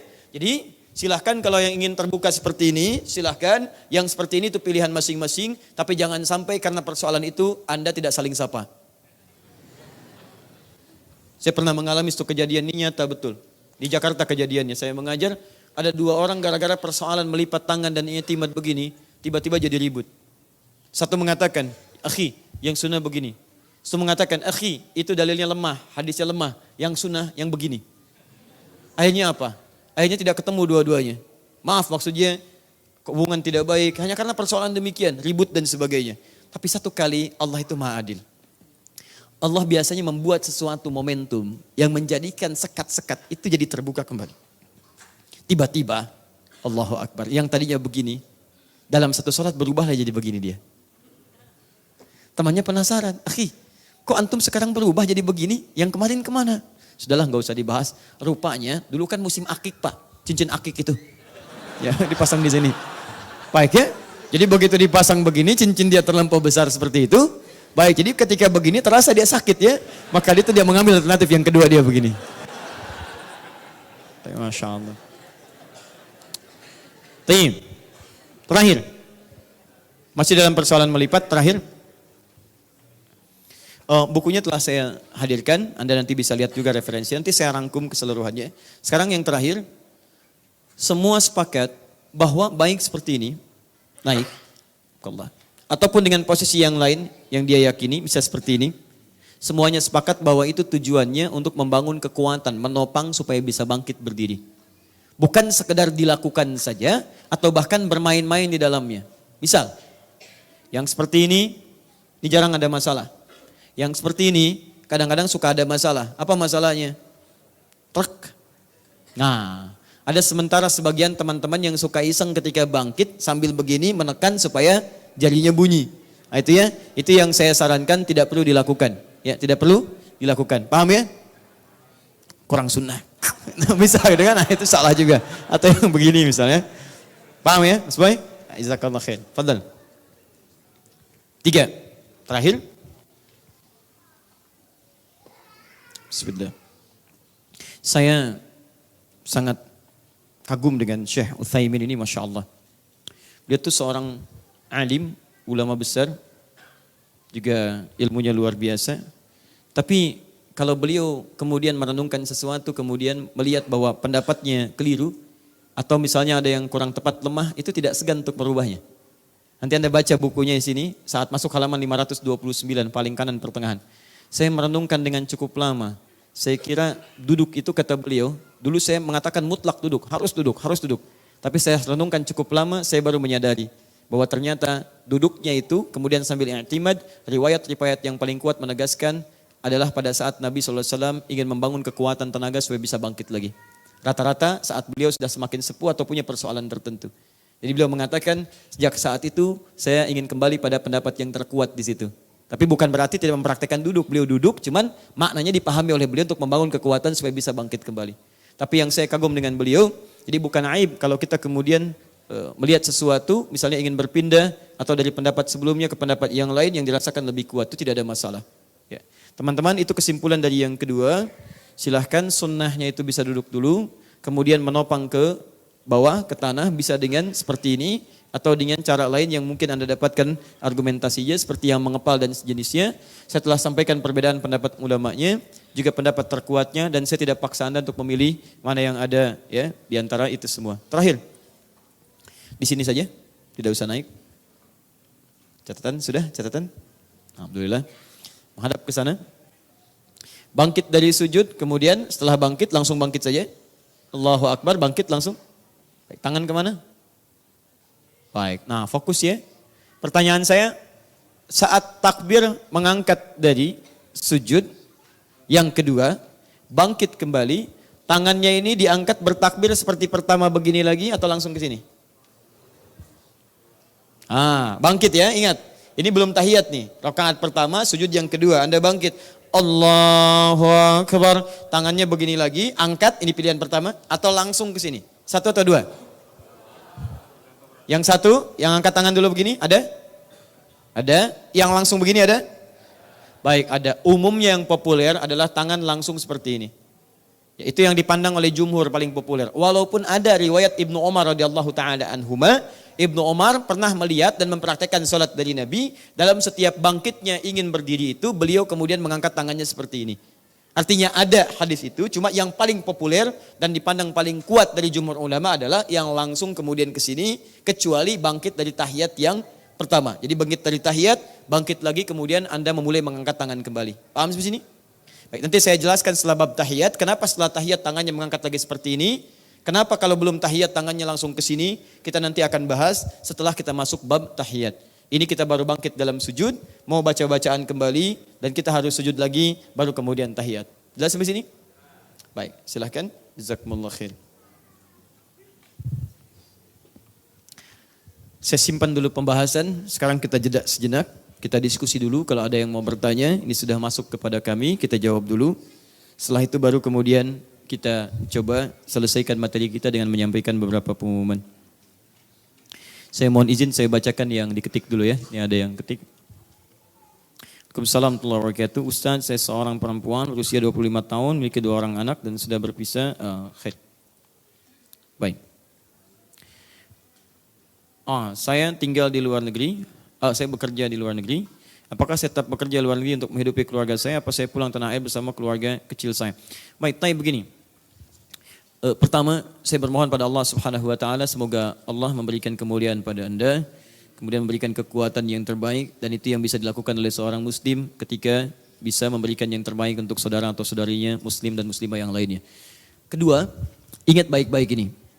Semua yang Allah tetapkan bagi setiap hamba itu yang terbaik baginya, yang bisa dia dapatkan dari Allah untuk mendapatkan bekal terbaik menuju surganya. Ingat baik-baik ya, kalau Anda ingin membangun visi kehidupan, jangan batasi pada urusan dunia. Jangan batasi pada batas hidup dunia. Quran surah ke-59 ayat ke-18. Baik, saya turunkan beberapa ayatnya. Saya cuma minta bantuan satu saja pada Anda. Boleh dibantu dihapus? Satu saja. Baik. Kalau mau berdua boleh, ada 2 penghapusnya. Silakan. Baik, Quran surah ke-59 ayat ke-18. Quran surah ke-22 ayat yang ke-5.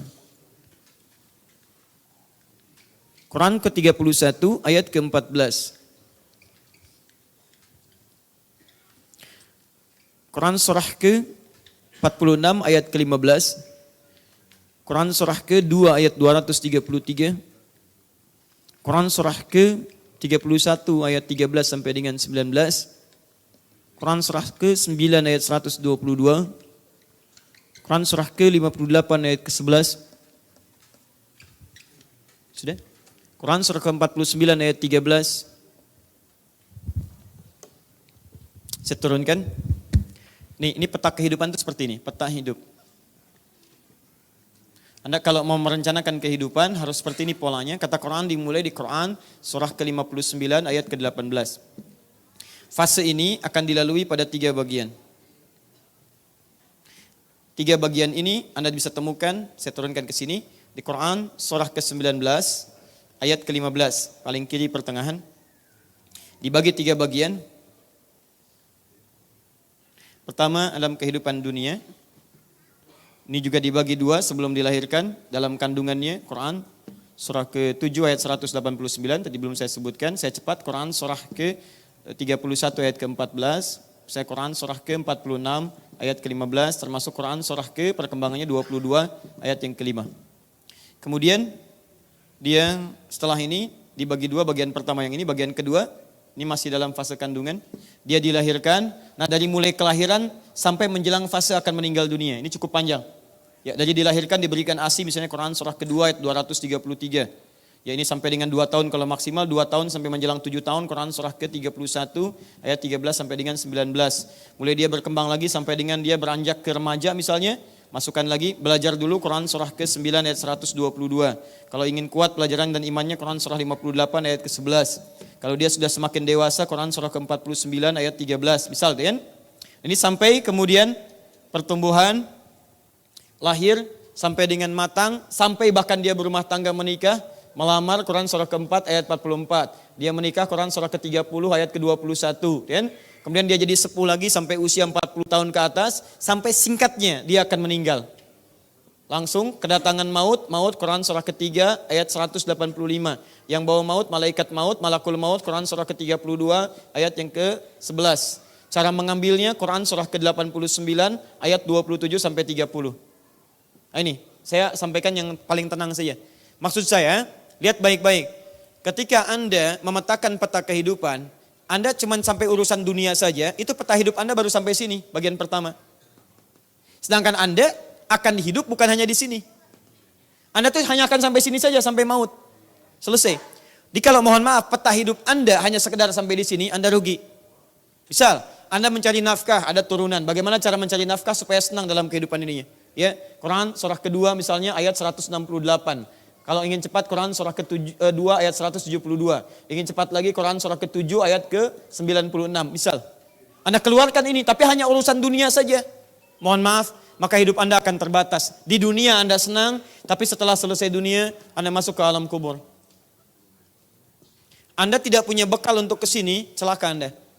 Demi Allah saya katakan, senang di sini, tapi tidak punya bekal di sini, Anda celaka di sini. Bahaya.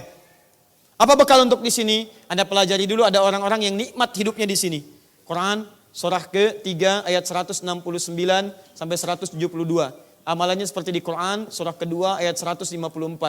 Ya, terus turunannya hadir di sini. Sampai hadir kemudian mengantarkan pahala ke sini. Di peta hidup Anda dari sini ke sini. Kalau sudah di sini enak, di sini nyaman, pasti yang ketiganya akhirat, surga Anda. Itu akan mulia di sini. Ya, akan maksimal. Jadi peta hidup Anda kata Quran harus rencanakan bagaimana hidup Anda bisa nyaman, tenang, senang di sini, dan di sini. 3 hidup di alam ini. Ya, 3 alam ini disebutkan diringkas di Quran surah 19 ayat ke-15. Wassalamun alaihi yauma wulida ini, wa yauma yamutu ini, wa yauma yub'atsu hayya ini. Amalannya dari ayat yang ke-11-nya. 11 ya, kemudian dia dilahirkan, dari 12-nya muncul amalan, 13-nya ada amalan sampai 15-nya. Itulah amalan-amalan yang mengantarkan Anda dari sini sampai dengan ke sini. Disingkat di Quran, cepat, surah ke-59 Al-Hasyr ayat ke-18. Peta hidup ini dilukiskan oleh Al-Quran dengan kalimat singkat namanya ghad. Ghad. Ya ayyuhalladzina amanu taqullaha wal tanzur nafsum ma qaddamat lighad. Hei orang-orang beriman, tingkatkan takwamu kepada Allah dan hendaknya kalian merencanakan peta kehidupan sampai bahagia di 3 alam ini. Dunia, alam kubur, akhirat. Nah, sekarang apa hubungan dengan pertanyaan ini? Perhatikan baik-baik. Bapak Ibu sekalian, apakah Anda ketika ingin mendapatkan nikmat dunia, tenang-tenang saja atau berusaha dengan serius? Berusaha dengan serius. Anda ingin sukses bekerja, Anda belajar siang malam, Anda masuk kuliah dan sebagainya, ikut training, sukses urusan dunia. Pertanyaan saya, apakah untuk urusan akhirat, termasuk alam kubur di dalamnya, kita bisa tenang-tenang saja atau harus serius? Sekarang perhatikan, kadang bekal dunia itu tidak harus sama dengan bekal akhirat. Di antara bekal akhirat, salah satunya adalah diberikan oleh Allah berupa musibah. Musibah ketika Allah turunkan kepada Anda berupa ujian-ujian kehidupan, sesungguhnya itu yang bisa mengantarkan kepada Anda semakin cepat bekal Anda ke surga. Perhatikan baik-baik, saya turunkan ayatnya. Anda perlu bekal dunia, makanan, pakaian, ilmu, sehingga bisa meraih kesuksesan, misal sukses. Ini dunia. Tapi ketika Anda ingin mendapatkan bekal yang terbaik untuk ke akhirat, dalam proses Anda mendapatkan makanan, proses Anda mendapatkan pakaian, proses Anda belajar itu, Allah turunkan ujian-ujian yang dengan ujian itulah pahala diberikan. Pahala berbanding lurus dengan ujian. Sebab kalau tidak ada ujian, gak akan ada pahala. Saya beri contoh pada Anda. Anda tahu sabar? Pernah dengar sabar? Sabar. Sabar itu kan melekat pada ujian. Bukankah orang sabar dekat dengan Allah? Lihat, orang sabar dekat dengan Allah atau jauh dari Allah? Apa dalilnya? Baik, innallaha ma'as sabirin. Quran surah yang kedua Al-Baqarah ayat 153 sampai 154. Innallaha ma'as sabirin. Allah bersama orang-orang yang sabar. Artinya orang sabar cenderung dekat dengan Allah Subhanahu wa taala.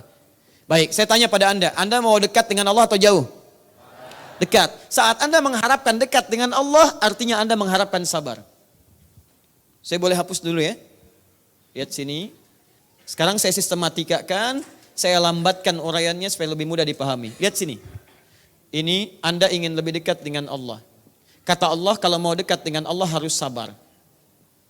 Artinya, kalau ada seseorang ingin dekat dengan Allah, berusaha dekat, berarti saat yang bersamaan dia mengharapkan kesabaran.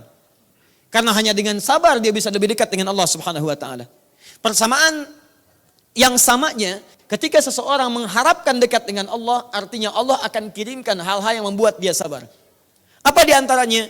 Di Quran, sabar itu berbanding lurus dengan ujian. Sabar banding lurus dengan ujian. Dalilnya Quran, surah kedua Al-Baqarah ayat 155-nya. Bahkan langsung disambungkan. Sabar berbanding lurus dengan kedekatan kepada Allah. Sabar berbanding lurus dengan ujian, masalah. Quran surah kedua ayat 155, paling kiri sebelah atas. وَلَنَبْلُوَنَّكُمْ بِالشَّيْءِ مِنَ الْخَوْفِ وَالْجُوعِ وَنَقْصٍ مِنَ الْأَمْوَالِ وَالْأَنْفُسِ وَبَشِّرِ الصَّابِرِينَ. Saya akan uji setiap manusia dengan berbagai ujian kehidupan. Ada rasa gelisah, khawatir, kekurangan harta benda, kekurangan pangan, maaf, sakit sampai meninggal dunia. Berikan kabar gembira pada orang sabar. Sabar. Sabar berbanding lurus dengan masalah ujian. Sabar mendekatkan kepada Allah. Artinya ketika seseorang ingin dekat dengan Allah, Allah akan kirimkan konsep kesabaran dan berbanding lurus dengan ujian.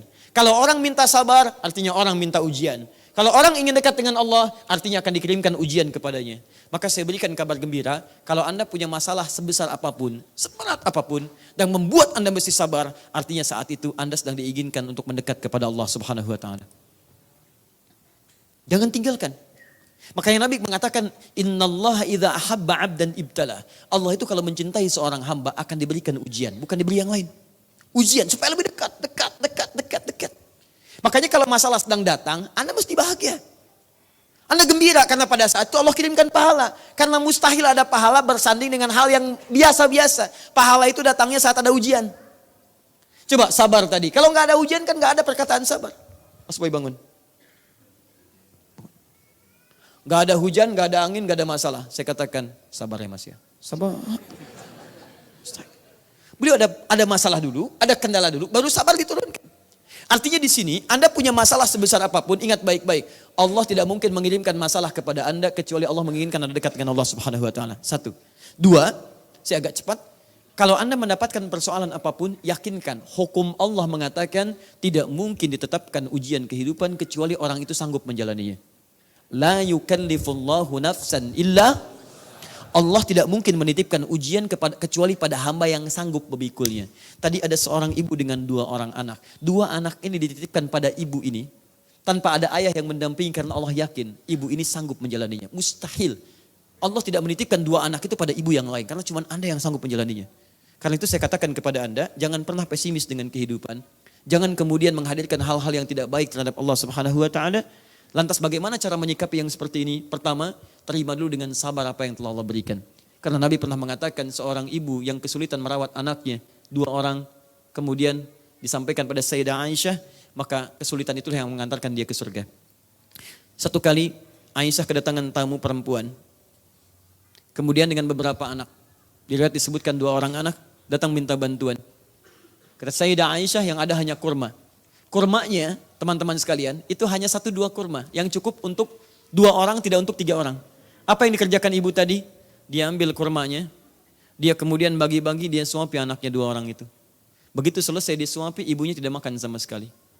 Nabi sedang tidak berada di tempat. Begitu dia permisi kembali, pergi, datanglah Rasulullah, dikisahkan oleh Sayyidah Aisyah tentang kisah tadi. Kata Nabi SAW, berbahagialah seorang ibu yang bisa memberikan yang terbaik untuk kedua orang anaknya. 2 anak itulah yang bisa menutupinya dari neraka, mengantarkan dia ke surga. Perjuangan seorang ibu mencari makan untuk 2 anaknya tanpa didampingi seorang lelaki, salah satunya. Ya, dalam arti belum ada misalnya nilai yang cocok untuk dirinya. Dan dia berjuang untuk mewujudkan itu. Kata Nabi, jika dia ikuti tuntunan Allah di situ, 2 anak itu akan menghijab dia ke surga. Menghijab dia dari neraka, mengantarkan dia ke surga. Baik, apa kata Sayyidah Aisyah? Masya Allah. Dikomentari oleh sahabat perempuan yang lainnya. Ya Rasulullah, kalau anaknya 1 bagaimana? Ya Rasulullah, kalau anaknya 3 bagaimana? Demikian kata Nabi, bagi yang 3, bagi yang 1 dan yang lainnya. Dan yang lainnya. Artinya apa? Pertama, saya menganjurkan pada Anda jangan berputus asa dengan merawat 2 anak ini. Tawakal kepada Allah Subhanahu wa taala dengan berikhtiar yang terbaik. Kedua, Anda tanyakan apakah saya mesti di luar negeri atau kembali ke Indonesia? Saya tanyakan pada Anda begini, mana yang membuat Anda dan 2 anak itu lebih dekat dengan Allah? Disitulah kemudian Anda bermukim. Kalau di tempat Anda tinggal sekarang, mudah bagi dia untuk sekolah. Dia mendapatkan kemudian masukan-masukan yang baik, dekat dia dengan Allah Subhanahu wa taala, maka bertahanlah di situ, kemudian berjuang maksimalkan, mungkin itu yang mengantarkan dia jadi anak yang terbaik di kemudian hari. Tapi kalau di tempat itu dia jauh dari Allah, banyak terpengaruh dari hal-hal yang kurang baik, di tempat Anda kembali ke Indonesia lebih baik, banyak majelis taklim, sekolah-sekolahnya bagus, saya sarankan kembali ke Indonesia, didik anak dengan baik, mungkin itulah perjuangan ibu yang bisa mengantarkan ke surga dengan izin Allah Subhanahu wa taala. Tapi sekali lagi, Anda mesti sabar mendekatkan Anda pada Allah, dan kalimat pertama ketika malaikat saya tawarkan pada Anda, ibu ini, saya berikan tawaran langsung. Didik anak Anda jadi ahli Quran. Maka satu kali Anda akan dikunjungi oleh malaikat langsung di surga Anda. Dan malaikat itu pertama kali mendatangi Anda mengatakan kalimat yang ini. Salamun alaikum bima sabartum. Selamat kamu telah sabar saat berusaha di dunia. Itu ada di Quran surah ke-13 Ar-Ra'd ayat ke-23 sampai 24. Ayat 23-nya tentang anak yang membawa keluarga ayah ibunya ya atau kemudian saudaranya ke surga karena dia hafal Quran. Kalau teman-temannya keluarganya saleh, dia bisa narik keluarganya. Kemudian dia berangkat ke surga dan digandeng keluarganya ke surga dan dikatakan dikunjungi oleh setiap malaikat. Jannatu 'adnin yadkhulunaha. Ada orang-orang yang masuk ke dalam surga Aden. Wa man salaha min abaihim ya wa azwajihim wa dzurriyyatihim, dan dia menarik orang-orang saleh dari kalangan bapak ibunya, dari kalangan pasangannya sampai keturunan-keturunannya. Begitu dia masuk ke dalam surga, wal malaikatu yadkhuluna min kulli babin. Malaikat datang mengunjungi dari setiap pintu surga. Orang ini bisa pindah ke sini, pindah ke sini, pindah ke sini. Malaikat mengunjungi dia dan mengatakan salamun alaikum bima sabartum. Selamat ya, kamu sabar saat di dunia. Fanikma uqbad dar. Sekarang silahkan nikmati kenikmatan yang terindah di tempat ini. Saya sarankan pada Anda, jadikan anak Anda penghafal Quran, insya Allah ibunya akan dimuliakan, ibunya dipasangkan mahkota di kepalanya, dan satu saat nanti Anda akan dapatkan kunjungan malaikat dari bukti kesabaran Anda di sisi Allah Subhanahu wa taala. Itu yang coba dilakukan ibu saya. Ibu saya ditinggal ayah saya, Masya Allah, kami masih kecil-kecil, Anda 2, ibu saya 5. Dan beliau berjuang dengan luar biasa, mengantarkan, berjuang, ya keringat, darahnya dan sebagai pengorbanannya. Dan insya Allah ada kebaikan bagi Anda insya Allah. Allahumma salli ala Muhammad. Oh, ini permohonan tadi ya, jemaah diminta merapat, space masih bisa di ruangan utama tadi ya. Alhamdulillah. Bagaimana caranya kita tetap yakin mempertahankan iman di kehidupan sehari-hari? Baik, maksud saya apabila sedang pengajian, sedang sholat, sedang baca Al-Quran, iman itu sangat berasa. Tapi jika kita sudah di rumah, di kantor, terkadang lupa bahkan lemah imannya. Anda mungkin, bukan kita. Saya tidak ikutan. Baik. Ini normal. Buka Sahih Al-Bukhari, bab yang pertama namanya Kitabul Iman. Ada 57 hadis. Itu belajar hadis itu cara langsung dari Nabi, dihimpun Imam Al-Bukhari, cara meningkatkan iman dan menjaga supaya tidak turun-turun. Di antara caranya, rumus cepatnya, saya keluarkan hadisnya. Kata Nabi, Al-imanu yazidu wa yantaqis. Iman itu kadang naik, kadang dia turun. Yazidu bitta'ah, ini kuncinya. 1, dia akan naik jika Anda konsisten menjaga ketaatan. Yazidu bitta'ah. Rumus pertama, Kalau iman ingin tetap dijaga naik, imannya tetap naik, baik di masjid, di majlis, baik di tempat-tempat ibadah, ataupun ke kantor, ke rumah dan sebagainya. Satu kata Nabi, pertahankan ketaatan. Taat ini turunannya amal soleh. Amal soleh. Keluarkan semua jenis amal soleh dalam Al-Quran. Karena itu setiap ada kalimat amal soleh, baik langsung kalimatnya amal soleh, bentuk tunggal atau jama', atau langsung bentuk ibadahnya, itu seringkali bersanding dengan kalimat iman. Untuk memberikan kesan bahwa dengan mengerjakan amal soleh, iman akan terangkat. Misal, Quran surah 103, wala as innal insana lafi illal ladzina amanu. Iman setelah menyebutkan iman, wa amilus salihat. Alladzina yu'minuna bil ghaib wa yuqimunas salat. Turunkan salat. Wa mimma razaqnahum yunfiqun, infaq. Walladzina yu'minuna bima unzila ilaik, interaksi dengan Al-Quran. Cukup 3 ini dulu, Anda konsisten tunaikan 3 ini, yarhamukallah, maka Allah akan jaga tingkat keimanan Anda. Misal salat, bentuk salatnya jamak, bukan cuma salat yang 5 waktu saja. Anda keluarkan, misal salat duha, ya, misal salat rawatibnya, salat tahajudnya, konsisten Anda kerjakan semua jenis salat, Anda keluarkan menunya. Yang fardu Anda keluarkan, misal 5 waktu, ini gak usah ditanya. Yang sunnah keluarkan, rawatib 12 rakaat, waktunya kapan saja. Ada yang duha kemudian, ada yang misalnya syuruknya, ada yang macam-macamnya, di pagi sampai siang. Malamnya misalnya, maaf, ada tahajud, ada qiyamul lail, ada witir. Anda jaga, baru sholat ini saja terjaga keadaan iman Anda insya Allah. Infak, silahkan cek. Ada 5 golongan, Quran surah kedua 215. Pada orang tua Anda, pada kerabat Anda, pada anak yatim, ya, pada orang-orang miskin, pada ibnu sabil. Petakan setiap hari berapa Anda punya anggaran untuk infak. Tidak harus uang. Infak itu tidak harus uang. Infak itu adalah pemberian yang sifatnya berupa materi. Bisa makanan, bisa pakaian. Mohon maaf, mungkin ada yang mengantarkan ke surga dari pakaian Anda. Coba cek, Anda punya pakaian banyak, buka lemari itu. Mungkin yang Anda pakai cuma 1, cuma 2. Berapa banyak pakaian Anda yang mungkin bisa dibagi dengan orang lain? Saya berikan satu kisah ya. Pernah ada seorang ketika diwafatkan oleh Allah Subhanahu wa taala, sebelum wafat dia pernah akan ke masjid. Begitu dia pakai pakaiannya, mohon izin, lihat baik-baik, musim dingin. Dia pakai pakaian, dia double. Yang bagus dia simpan di dalam. Yang jelek, yang biasa dipakai, yang sudah biasa, dia lipatkan di luar. Satu kali di pertengahan jalan, qadar Allah ada orang kedinginan. Dia buka yang luarnya dan dipasangkan kemudian kepadanya. Allahu Akbar, orang itu merasakan hangat dan berangkatlah kemudian orang ini ke masjid. Begitu berangkat, qadar Allah, kisahnya secara singkat dia meninggal dunia. Tidak kelihatan oleh Nabi berada di masjid dan dia selalu sayap kanan di masjidnya. Begitu subuh kelihatan tidak ada, kata Nabi, di mana orang ini? Qadar Allah tidak ditemukan, kemudian dijenguk ke rumahnya, ditemukan cukup jauh ke rumahnya. Baik, apa yang terjadi teman-teman sekalian? Ternyata ketika meninggal selesai, kata Nabi pada istrinya, apa yang terlihat ketika dia akan meninggal? Saya tidak melihat ya Rasulullah ketika meninggal kalimat, kecuali mendengar kalimat-kalimat saja. Saya tidak melihat satu hal yang aneh kecuali kalimat-kalimat yang saya dengar saja. Apa itu? Kata beliau, 1, ya Allah, kenapa kok enggak yang lebih jauh? 2, ya Allah, kenapa bukan yang bagus saat akan meninggal? Allahu Akbar, Nabi tersenyum dan mengatakan, saat itulah ditampakkan pahala-pahala ketika dia akan meninggal dunia. Tampakkanlah kebiasaan-kebiasaan awalnya. Jadi kalau Anda terbiasa berbuat maksiat, maka maksiat itu akan ditampakkan saat Anda akan meninggal dunia. Makanya bertobat. Tapi kalau Anda terbiasa berbuat baik, maka kebaikan itu yang ditampakkan. Misal, kalau saya tampakkan kemuliaan Anda senang atau gelisah? Senang. Kalau ditampakkan keburukan Anda, senang atau gelisah? Gelisah. Makanya wajar kalau ada orang meninggal, dia gelisah, pukul, macam-macam. Karena yang biasa dia lihat adalah kebiasaan buruk dia. Kata Nabi, orang ini ditampakkan kebiasaan dia ke masjid menempuh jalan.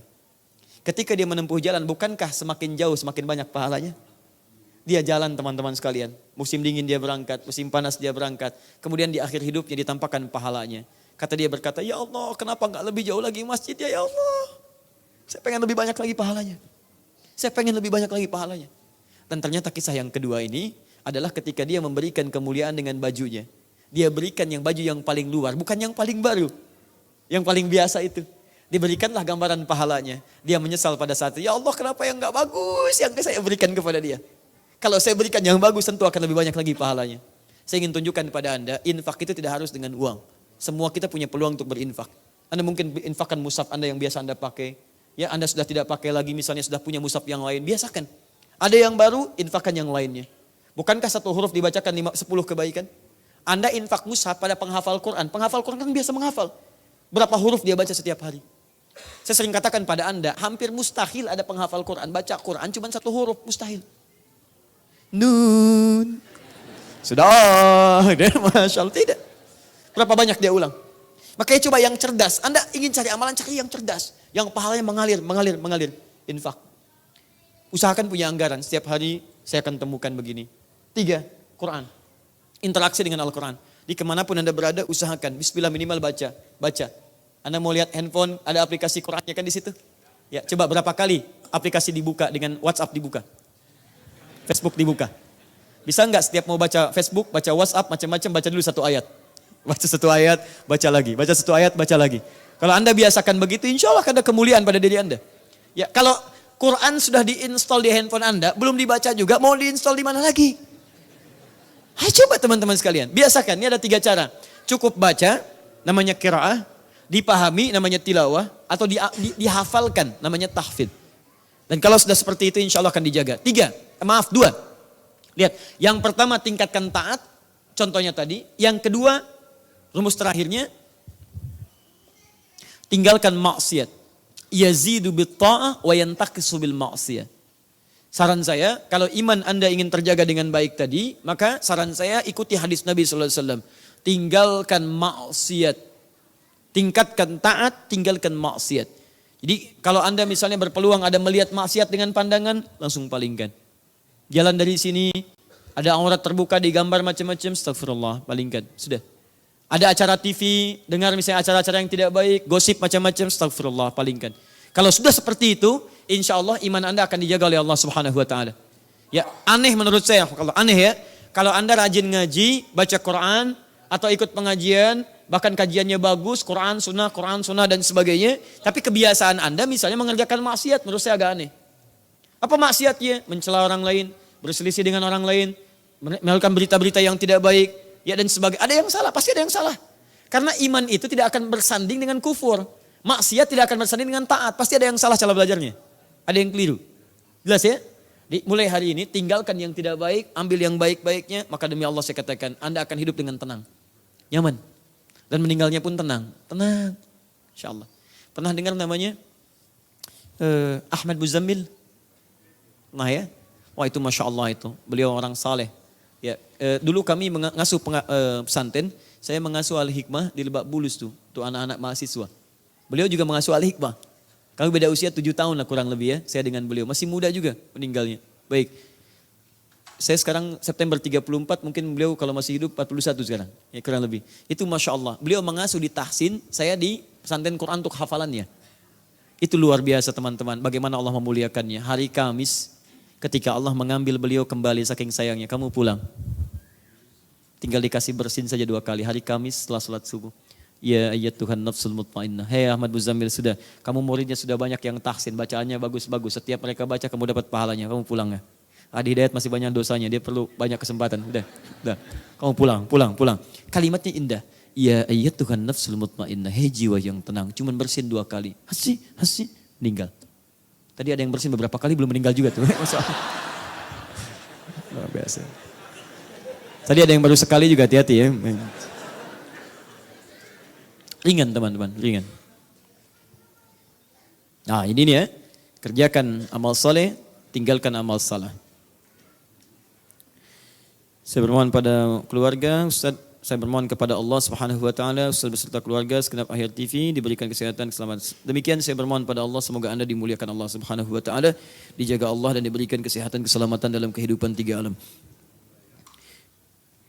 Baik, mohon nasihat perihal rumah tangga, sudah dibina puluhan tahun, bukan bertambah ketaatan, baik tapi malah berkurang ketaatan dari pasangan. Baik, apa hukumnya dalam pandangan Islam? Baik, hukumnya adalah coba mencari solusi. Baik, jadi jika punya masalah, jangan mengeluh. Tidak ada ayat keluhan dalam Al-Quran. Kalau ada ayat keluhan, saya pertama kali orang yang akan mengeluh. Ya, mencari solusi, pertama sabar. Sabar dulu. Allah titipkan kepada kita pasangan kita, boleh jadi itulah yang bisa membuat pahala kita lebih banyak. Fir'aun dititipkan pada siapa? Asia. Apakah Asia bersabar? Sabar sampai meninggal ya. Fir'aun jahat, luar biasa, mengaku Tuhan. Asia bersabar. Berusaha untuk mendakwahi suaminya. Untuk supaya lebih baik lagi.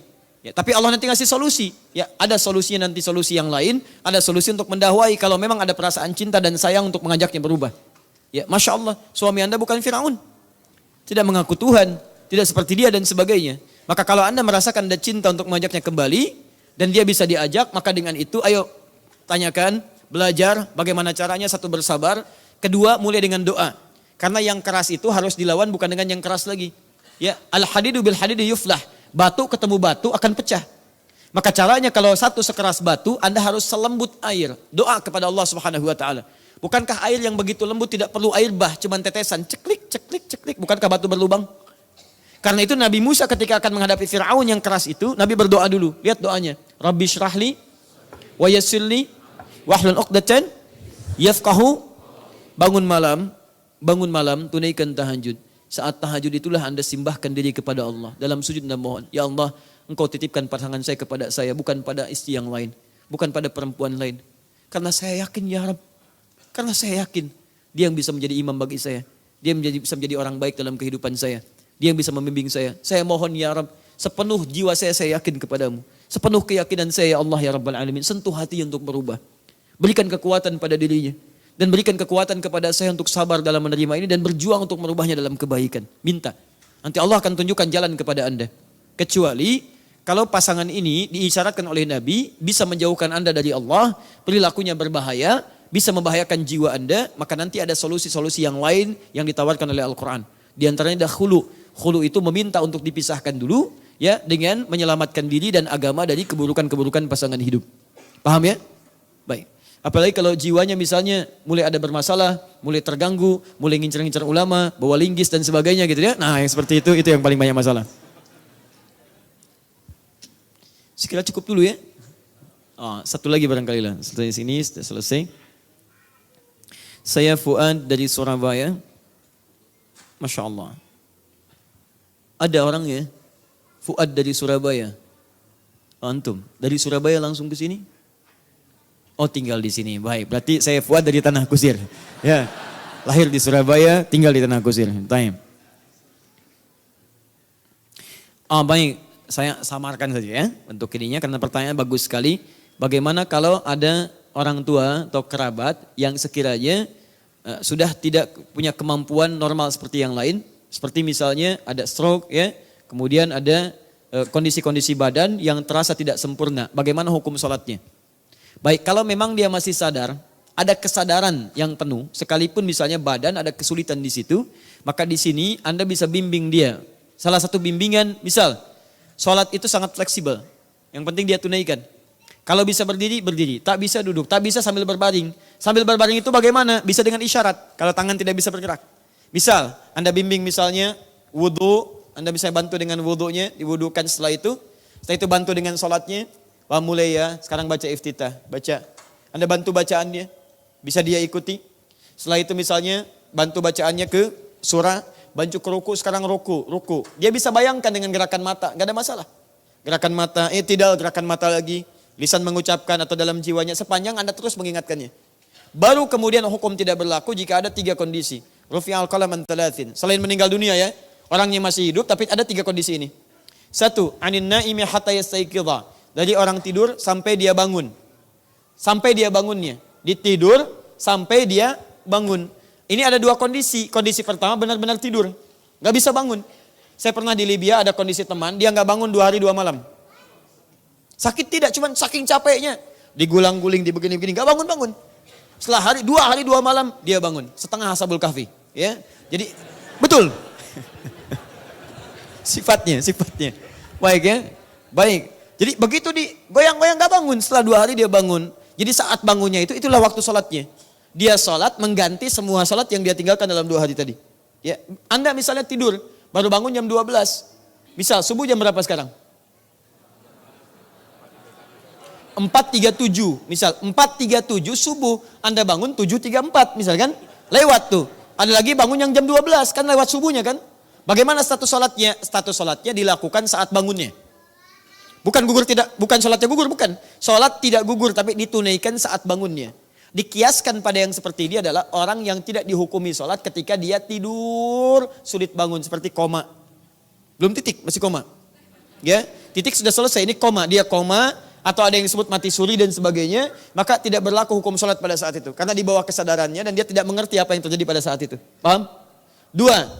Anis sobi hatta yahtalima. Dari seorang sobi, anak yang belum balik, hatta yahtalima sampai baliknya. Di ibu tolong mohon maaf Bu ya, pada anak yang belum balik, bapak juga, itu tidak boleh kita memaksakan. Yang ada mencontohkan, memberikan yang menyenangkan dalam ibadah. Misal Anda beli sajadah, belikan untuk dia juga. Anak 2 tahun mulai senang meniru-niru, bapak ibu beli sajadah, belikan untuk anaknya. Belikan yang sesuai, kalau bisa sesuai dengan seperti dia misalnya. Ukurannya yang sama. Berikan ukuran yang sama, dan sampaikan kepadanya, Mama, sholat, ya adek sholat yang di sini ya, tuh sajadah adek nih bagus, kan? Kasih, tapi yang sesuai Bu, jangan kasih gambar yang aneh-aneh. Sajadah isinya Thomas, Hello Kitty, kan? Tidak. Ya. Gambar yang bagus aja, biasa. Kalau bisa polos, berikan. Ini untuk anak, ini untuk Anda. Jadi dia merasa ada untuk dia juga, terlibat ya di situ. Bapak ke masjid, usia anak 4-5 tahun, mulai bawa dia. Kalau sudah dilatih, makanya kalau melatih anak ke masjid, jangan langsung dibawa sholat berjamaah Pak. Di luar sholat, bawa dulu ke masjid, kenalkan dulu. Anda sholat duha, sehingga dia terbiasa dulu dengan masjid. Kalau dia tidak terbiasa dengan masjid, belum tahu bagaimana masjid, dia kira tempat bermain. Begitu datang ke masjid, nah permainan dia yang tidak wajar. Zaman Nabi anak-anak ada Pak yang merangkak, tapi tidak mengganggu pada yang lain. Ganggu naik misalnya ke kepala Nabi, ke kakeknya ada. Naik, kemudian kadang-kadang main-main di sekitaran, gak ada masalah. Gak ada masalah, itu enak Pak kalau Anda tidak mendengar suara anak di masjid, rugilah, rugi. Tapi yang paling bagus adalah diajarkan dulu datang ke masjid, kenalkan dulu. Ya, saya coba praktekkan itu dan alhamdulillah bawa ke masjid. Nah, ini mimbar ya. Ini ada orang yang naik khutbahnya di sini. Ini tempat imam ya. Kalau ke masjid masuk kaki kanan ya, keluar kiri. Kalau mau lari jangan kencang-kencang, larinya di sebelah sini nggak boleh lari. Dan manfaatnya alhamdulillah. Begitu datang, masuk, sholat di samping. Dia keluar, dia masuk, dia jalan, lari di tempat yang kami tunjukkan mesti berlari. Alhamdulillah. Tapi kalau Anda nggak ajarkan, semangat saja yang muncul, begitu diajak, kebiasaan di rumah lari, ke masjid lari. Lari. Dan yang paling persoalan adalah kalimat orang tua yang kadang tidak tepat. Kamu ini di rumah, Masya Allah, ribut saja. Sana, main ke masjid. Main ke masjid. Di ke masjid bukan disuruh sholat, disuruh main dia. Makanya jangan salahkan ketika anak ke masjid main. Ya, jadi jangan salahkan kalau ada anak-anak ke masjid, nggak boleh. Justru itu bagian yang terpenting untuk memberikan pendidikan. Cuman orang tua mesti mengerti bahwa dia kenalkan dulu sebelum ibadah yang semestinya. Paham ya? Baik, nah dikiaskan adalah kondisi anak-anak belum balik. Dikiaskan ke sini, maaf kondisi orang balik yang pikirannya masih seperti anak-anak. Ada, di pikiran belum berkembang dan sebagainya, belum paham. Nah, itu gak boleh dipaksa, karena dia sedang diangkat dia keadaannya. Maaf ya, misal ada yang sebagian misalnya agak berkembang lambat dan sebagainya. Nah, itu dia dibimbing, bimbing sholat, bimbing pelan-pelan dan sebagainya. Tapi seperti Anda merawat anak-anak. Maaf ya, karena rufi al-kalam. Yang ketiga, anil majnuni hatta yufiqa. Dari orang yang benar-benar terganggu jiwanya. Benar-benar terganggu. Bukan yang setengah sadar, badan kekar macam-macam, kemudian wajah beringas dan sebagainya. Bukan. Jadi ini yang memang terganggu keadaan jiwanya, sulit terkontrol, itu dibantu untuk sembuh. Bantu dia. Dan jangan dimainin, awas. Kata para ulama, orang yang bermain dengan orang gila, itu sama dengan gilanya. Bahkan lebih gila dibandingkan orang gila. Jangan memperolok-olok, gak boleh. Ya. Dan saya tidak senang dengan kata-kata seperti itu.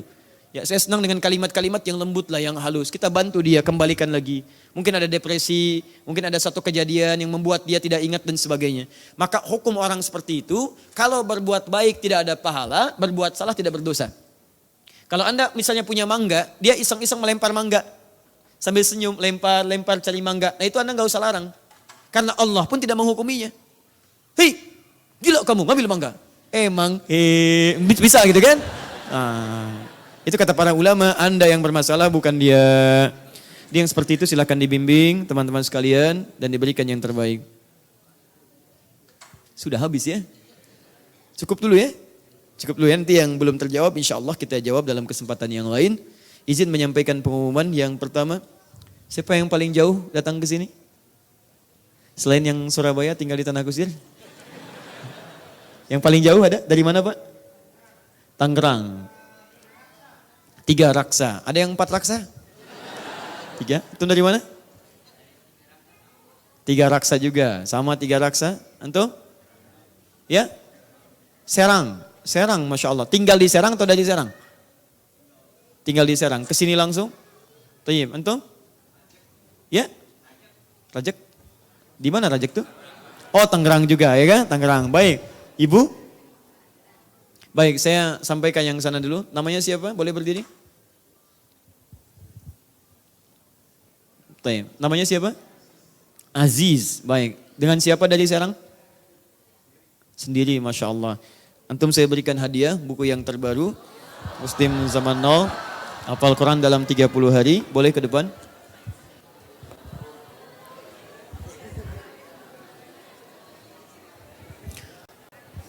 Jazakallah khair.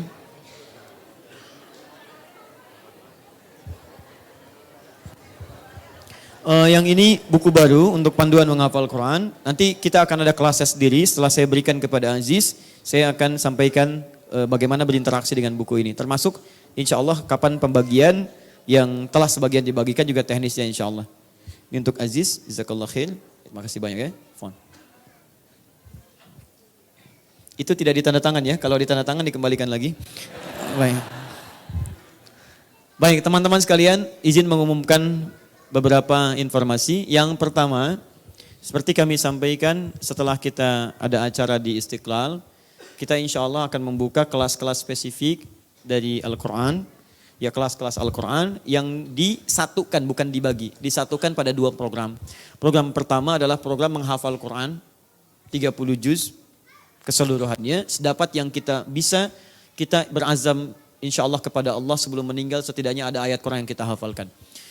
Yang kedua, itu akan disatukan dengan program kedua, yaitu program pembelajaran berdasar ayat Quran dan hadis-hadis sesuai dengan spesialisasi aktivitas masing-masing.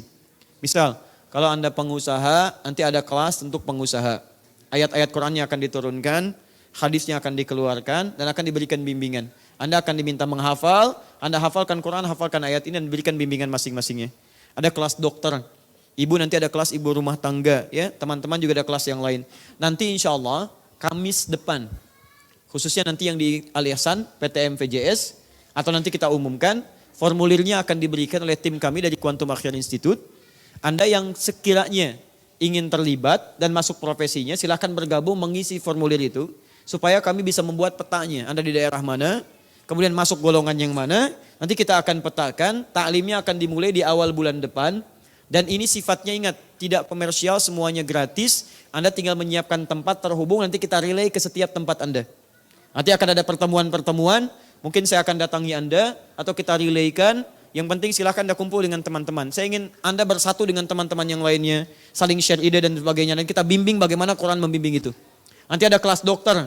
Dokternya spesialisasi juga ada. Dokter mata, dokter hidung, dokter telinga. Misalnya kan, bisa kalau ada dokter hidung gitu kan. THT dan seterusnya. Nanti turunkan, keluarkan ayatnya, keluarkan hadisnya bagaimana ayat-ayat Quran berbicara tentang itu. Nanti silahkan tuliskan nama Anda, profesi Anda apa. Nanti ada kelas ibu rumah tangga. Ya. Nanti dimasukkan saja di situ, itu akan banyak lebih umum misalnya. Nanti silahkan kita turunkan itu, hari Kamis akan dimulai, formulirnya Anda bisa nanti download, bisa di Quantum Akhyar webnya, atau nanti lewat Akhyar TV, tapi mungkin baru akan diupload sekitar hari Selasa atau Rabu ke depan. Mungkin Selasa, Kamis nanti akan dimulai, akan diolah data, dipetakan, dan ini terbuka se-Indonesia atau bahkan di luar negeri. Nanti kita relaykan materi-materinya. Baik, yang ketiga, untuk pembagian buku, nanti ada 2 jenis buku. Buku pertama yang buku nilai wakaf yang kita akan bagikan. Saya sudah cek ke kru di teman-teman Quantum Akhyar untuk divisi buku. Ada sekitar 4.000 lebih data yang sudah masuk. Secara manual sudah diverifikasi. Tapi mohon maaf ya, kami tidak pernah meminta Anda kumpulkan misalnya data-data spesifik ya. Ini hanya waktu di Istiqlal saja, tim Istiqlal, bukan dari Kiai. Itu meminta mengumpulkan KTP ya, hanya untuk pendataan di sana. Tapi untuk buku ini kepada teman-teman juga tidak usah diminta KTP lah. Cukup namanya saja, alamatnya di mana, profesinya apa ya. Karena kami bukan pengoleksi KTP ya. Baik, disimpan aja itu untuk pembuktian saat di Istiqlal. Kalau setelah itu nggak usah lah kirim-kirim seperti itu. Ya, cukup Anda namanya, alamat dari mana, seperti apa. Nanti kalau dekat dengan alisan PTM VJS, tiap pertemuan kita bagikan. Kemarin ada 3.000 kita bagikan. Ya, nanti di Bandung, saya ke Bandung pekan depan ada sekitar 2.500 atau 3.000 kita bagikan dulu sekitaran Bandung. Ya, nanti selebihnya yang jauh kita akan kirimkan. Anda akan dihubungi oleh dari staf di Akhyar TV atau Quantum Akhyar, nanti di situ akan dibangun komunikasi bagaimana cara mengirimkannya. Ya insya Allah program wakaf kita sampai ada sekitar 15.000 buku kita akan berikan, itu kemampuan kita untuk mencetak dan sebagainya. Selebihnya nanti mungkin akan sinergi yang dari situ ada manfaat-manfaat untuk yang lainnya. Saya kira itu teman-teman sekalian yang kami umumkan. Terima kasih atas perhatiannya. Kita berjumpa dalam pertemuan berikutnya. Subhanakallahumma wa bihamdika asyhadu an la ilaha illa anta astaghfiruka wa atubu ilaik. Wa akhiru da'wana alhamdulillahi rabbil alamin. Assalamualaikum warahmatullahi wabarakatuh.